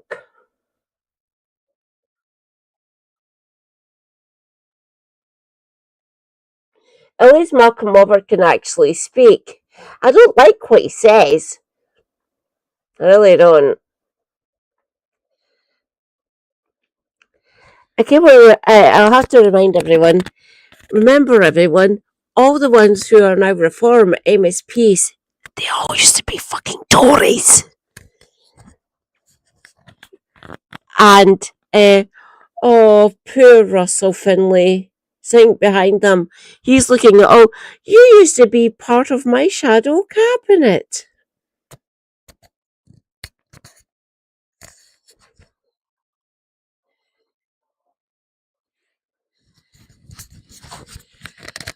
That ginger bloke is called Ross Greer. I used to, well, I still regard him as a twink. He is gorgeous. I love him. And his policy chops. Oh, please be Ross Greer. He is awesome. He is doing excellent work in Holyrood. Between him, Gillian Mackay, and Patrick Harvey, and Iris Dwayne.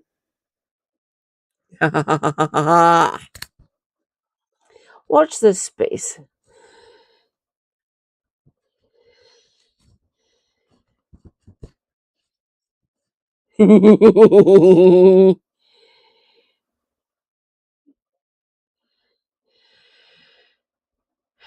Yeah. Correct, Omaha and Reza.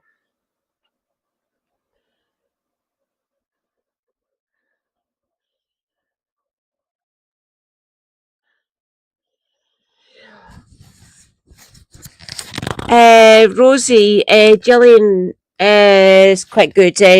She's got split responsibility. She's a new mum. She's running a household. Obviously, she's got a partner. And she's a co-leader. I can see why some people think, like, oh, she's not putting all her heart and soul into it. I'm giving her a lot of grace, because being a new mum, fucking knackering. Now that I know, I don't have any kids. No, don't have any children. Oh, I love my little ginger twink. I love him so much. It is so good having him in the chamber. Literally, it is. I've talked to him. He's amazing.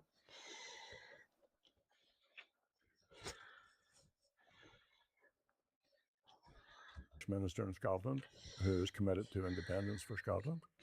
The same in Wales, and the same here in the north. So we have three first ministers in these three devolved administrations who are committed to self-determination for their own particular place, and that will continue. I imagine in Ireland anyway, whatever about what's happening in Scotland or Wales.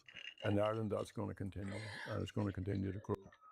The big brother of that union, the English side of it, if opinion polls are to be believed, someone like Nigel Farage is going to be the next prime minister. Is that a good sign for the union? Is it a good sign for the future? The reason she keeps on mentioning that, Rosie, is because we want them devolved. Chances. Everyone.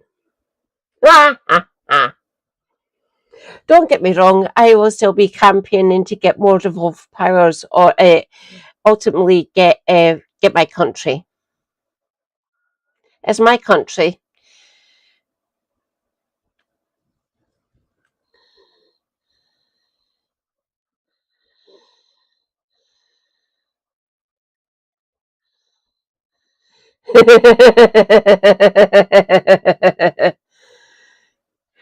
Everyone's attacking me.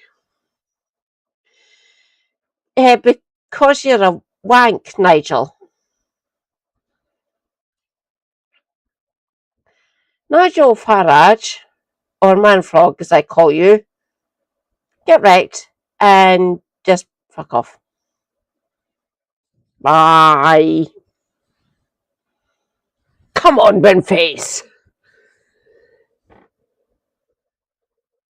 Yeah, devolved is pointless. Yeah. Correct, Reza. Yes, he does. He just needs to fuck right off. Future of politics on these islands? Well, it's not a good sign for ordinary working class people on other of the islands. But look, Burnham isn't even in, so let's not jump ahead to the next election. Andrew Burnham has been handed on a plate, peace. Right? It's 30 years since the IRA ceased to be, took itself off the stage. It's still amazing to me that for the 3 or 4 or 5 main combatant forces that were here,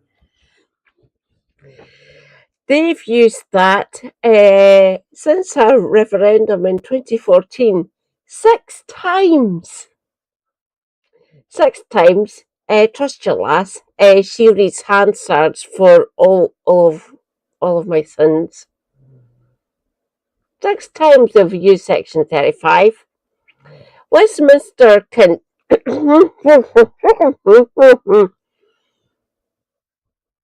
Mhm.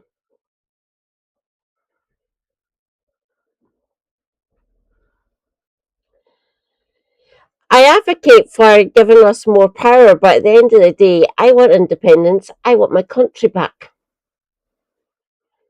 Yeah. Andy Burnham, if you hear this or see this, give us a referendum, please. You really don't want to anger us. You really don't.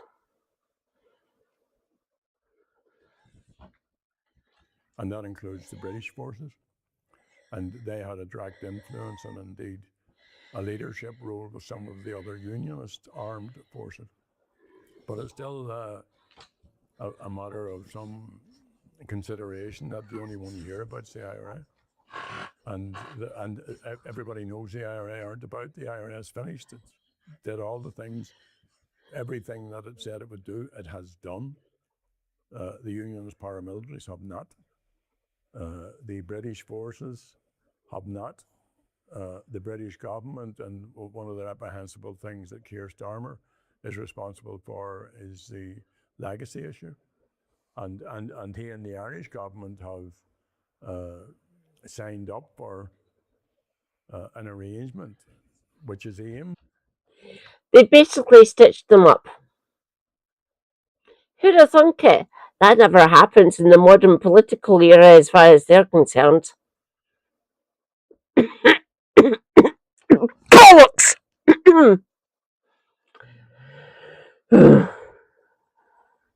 At getting the British forces off the hook, at covering up the level or extent or depth of collusion and all that goes with it. So Andrew Burnham's coming in with the possibility of building on what he has been presented with. And maybe it matters to him that the Good Friday Agreement came from a Labour Prime Minister.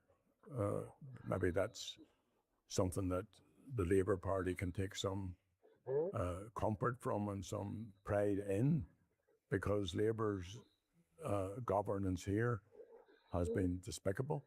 I mean, there are exceptions, of course. There are good ministers, good representatives, but you know, where did the His blocks come from? Where did Armagh women being strip searched came from? That came from British Labour administration. So the success.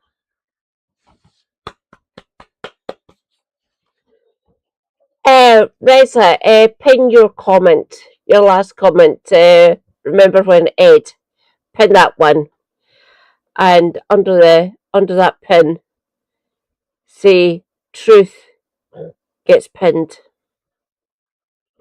Truth always gets pinned, and baseness gets pinned, and hilarity gets pinned.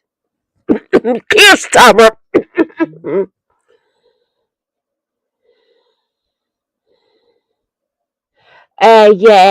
Yeah. I am of the same position, Reza.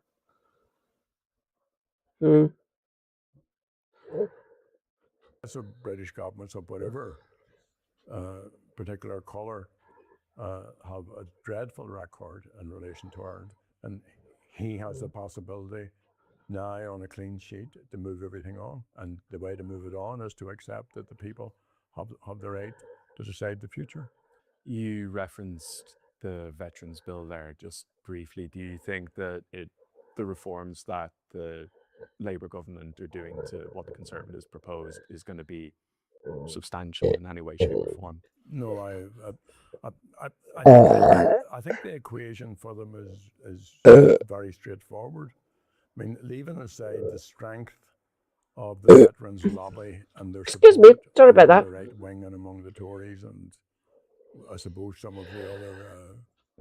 Oh, are you on your phone? Don't worry. Yeah, you can't pin it on your phone. Don't worry. I'll get it. I'll get it. Where is it? That one. Okay.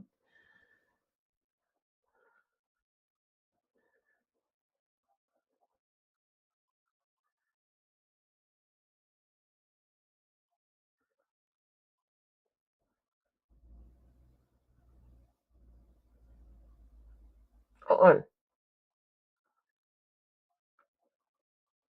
Hang on. Oh, you've already pinned it.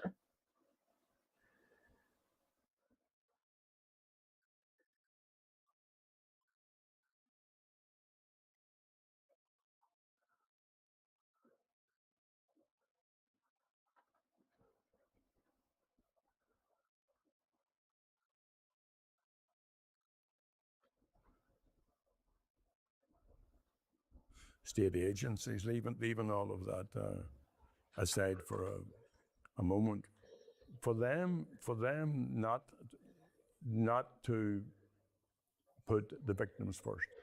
Now, Rosie. No need to get that kind of violent in your comments about our lovely British state.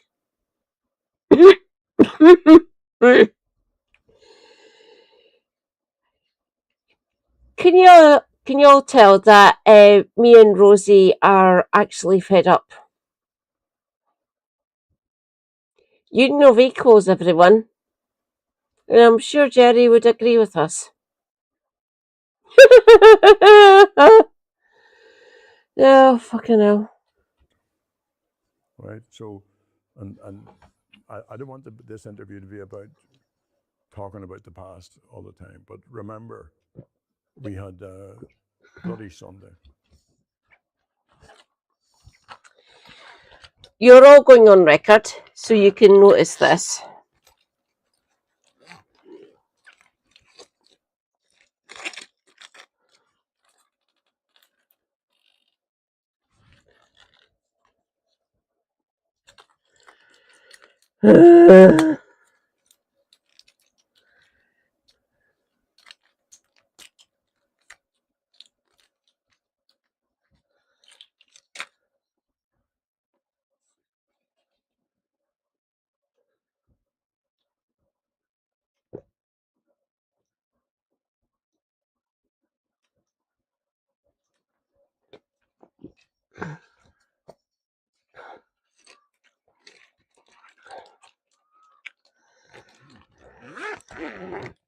Oh, look at the gorgeous healing coo on my medicine bag. Isn't she cute? We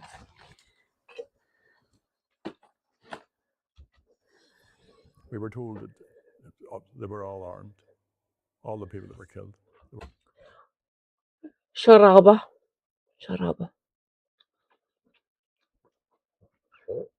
To paraphrase something from the Bible in cultural history, let my people go.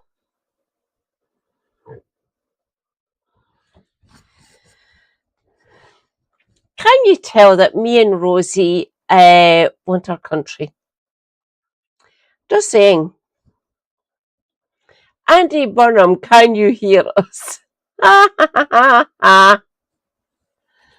Were armed, they were gunmen. We were told that for decades.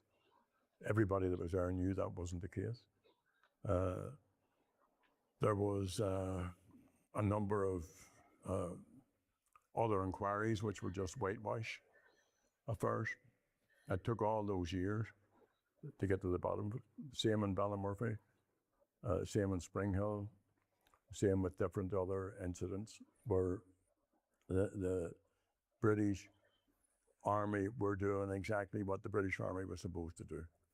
So it wasn't just the paras, it wasn't reckless firing, it was what they did in Aden a few years before this, it's what they did in Palestine, it's what they did in other parts of the world. It was about suppression of the people who were seen as being subversive or in resistance to them.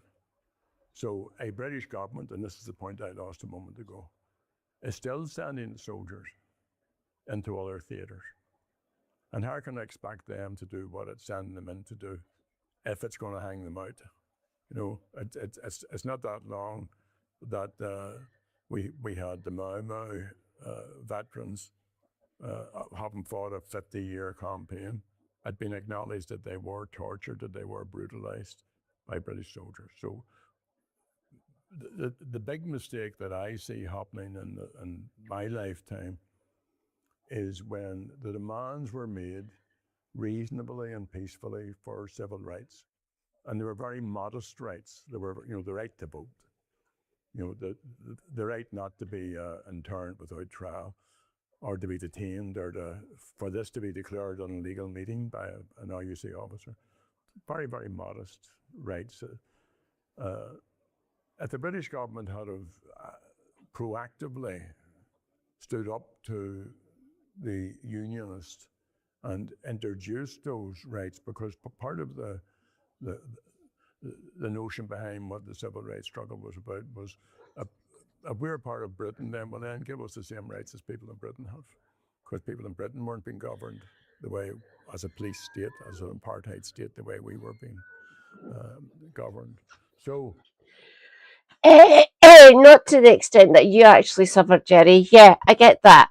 But yeah, we're still over policed. We're still basically controlled. It's fun, isn't it?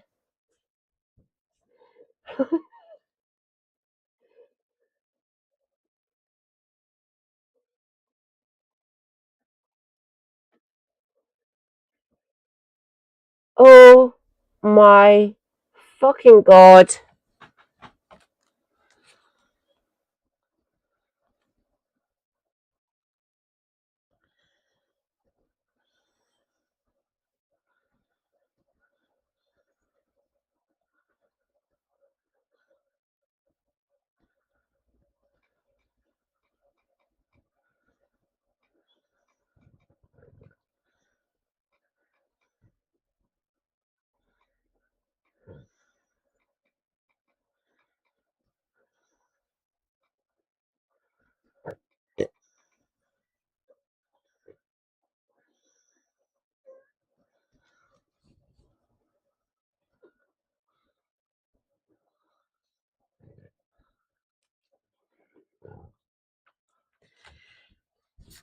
Can you tell Omaha is Scottish?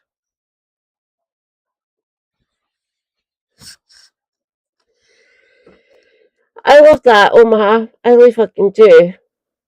Chances. We will all fight for it. Andy Burnham, listen to us. Ha ha ha.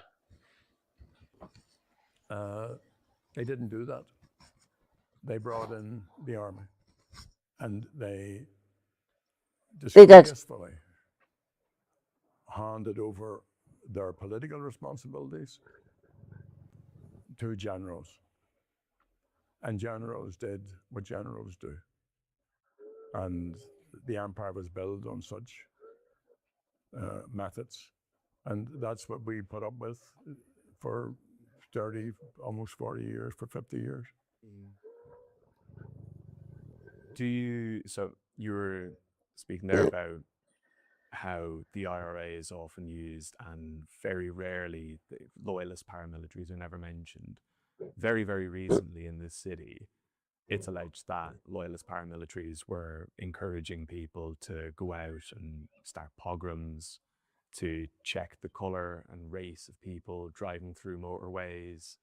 Only last week we had the 12th of July where on one bonfire there was a mosque. Talking earlier on about the kind of rise of the far right on Britain, do you see kind of how, just tell me what the relationship that you see between loyalism and unionism and kind of the growth of the far right is? Well, sectarianism is the first cousin of racism.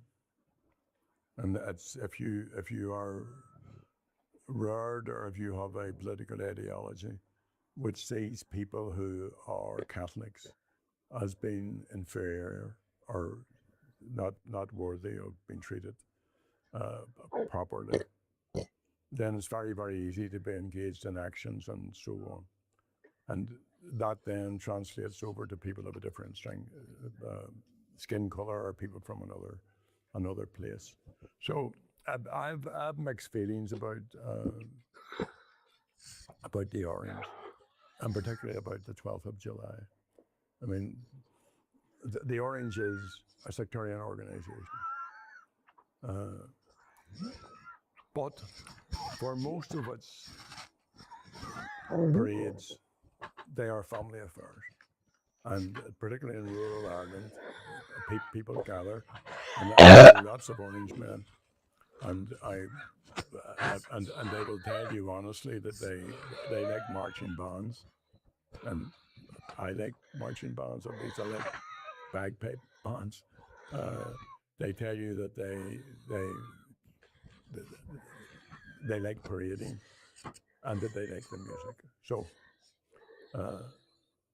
So you can put up with all of that, and you can tolerate all of that.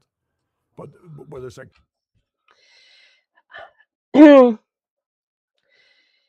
I can tolerate it because I've been basically. Oh God, excuse me. Sorry about this. I've been exposed to it for 33 years of my life. Don't get me wrong, I have issues with the marching. I do. You're still protesting.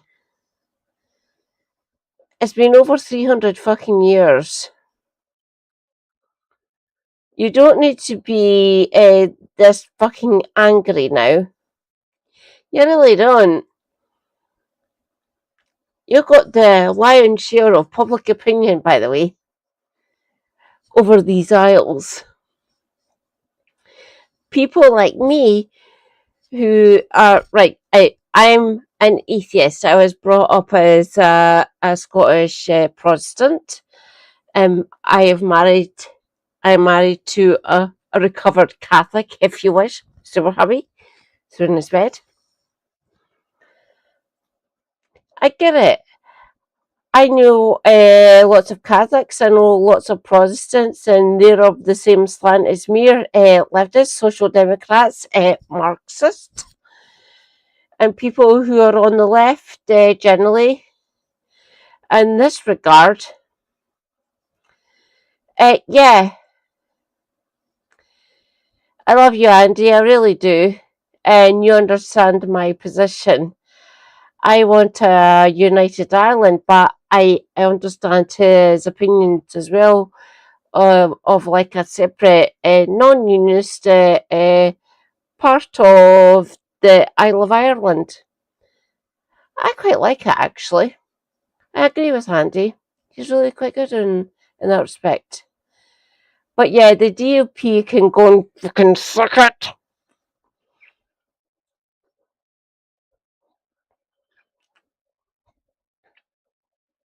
I like Sinn Féin. They're mostly decent. They're mostly good. They are. sectarianism comes to the surface is around these bonfires and the utterances of the leaders. And it's very easy if people were burned out of their homes because they were Catholics, that people would be burned out of their homes because they were of a different skin color or that they're not from this place. So I think that the law has to be enforced. I don't think the PSNI handled those recent race riots well. They didn't. So that's the police service of Northern Ireland, by the way. They didn't. They didn't. Looking from the outside observer, because I've got friends and comrades over in Ireland, as far as I'm concerned, Ireland. And yeah, the PSNI, yeah, they done a piss poor job. They did. They did. They did. They did. The social media messages went out asking people to mobilize, and the police then encouraged people to leave work. The buses were stopped. This town was like a ghost town, but the whole place was shut down just by somebody sending out social media messaging. So that wasn't handled well. And then the worst, or maybe not the worst, because remember last year we had the race riots in Ballymena. But the one aspect of this was that in the old park, or at least up that part of the Crumlin Road, where a number of people were burned out of their homes, a mob of 80 did that. And the PSNI made no effort to interfere, to stop, to prevent, to take. I didn't know that one. I was more concerned with what was happening in the north, where most of my friends and comrades live. I wasn't looking around like the Curran Road. I wasn't looking in the greater Belfast area. I really should have been. I need to talk to Andy more about that. I really do. Preventative action. So the PSNI have a responsibility. The same thing goes for these bonfires.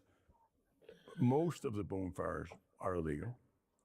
Most of the bonfires are made up of material, particularly the pallets, which are stolen. Most of the bonfires are in places where they don't have permission, either in public land or in private parts. And that should be sorted. I mean, if culture amounts to bonfires, and obviously we would like to think that culture is much deeper than that, but then why not regulate it? Why not do it properly? Why not do it safely?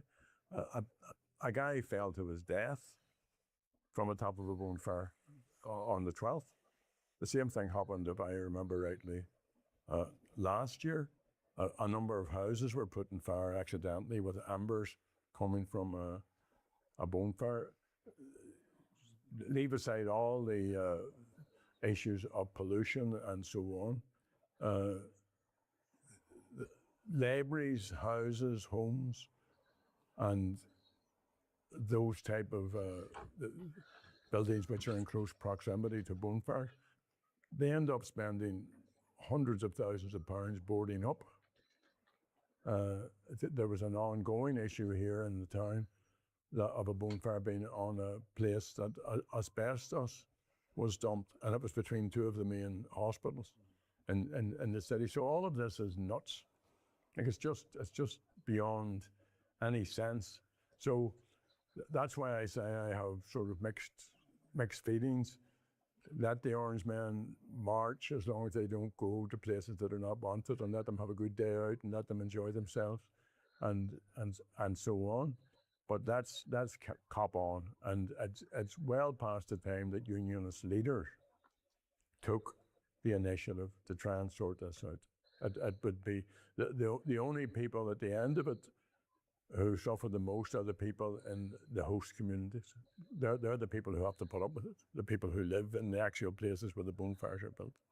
So that the bonfires, back to the hate marches and pogroms and that kind of thing, do you think in the South in particular, there's a problem with the rise of the far right, and it kind of stems slightly from working class republicanism as well? I mean, you look at some of the by-elections that have been going on in the South recently, how transfers have transferred right rather than within the left. Do you think that republicanism has a problem with the rise of the far right as well, and how do you combat that? Well, I think we all have to have a very assertive opposition to the far right or to the right generally, but against racism. I mean, let's call it for what it is. That's what it is. So it's against that. Now, at a certain intellectual level, it is understandable that if you are poor, if your children don't have a home, if you have sons and daughters living in the box room, if they don't have a job, if they have very little prospects, and then all of a sudden, and we're mostly white. I mean, one of the results of living in an island is that, the first black man that I I'm sorry, comrades. I'm going to have to stop streaming. I'll be hanging around in other streams if you want, or feel free to jump into the Discord if you're there. But yeah, I'm going to have to read out.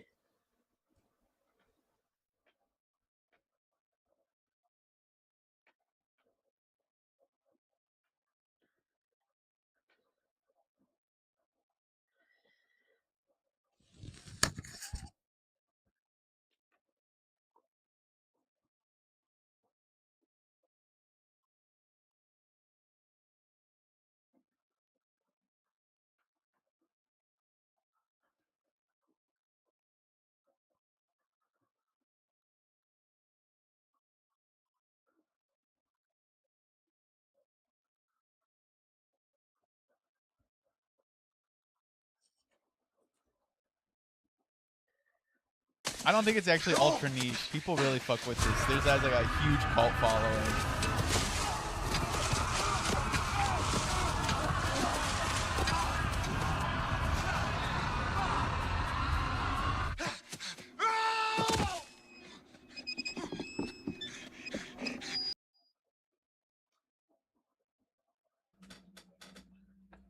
Yeah, the temple run is just unfair. It's categorically unfair because it's just like, yeah, sorry, you instantly lose if the bad man grabs you, and like that has to be terrifying to a child.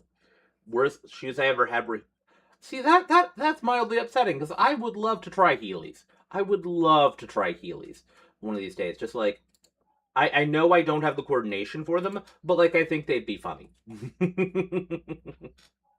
They weigh a fuck ton. Let it be that way so they can give out so many big. Yeah. Yeah, because the prize was like a vacation, and like you can't give a lot of those, but you have to give like the illusion of you could win it. Crap on the noise. We'll see if the Silver Snakes can make it through Olmec's temple and retrieve Galileo's cannonball right after this.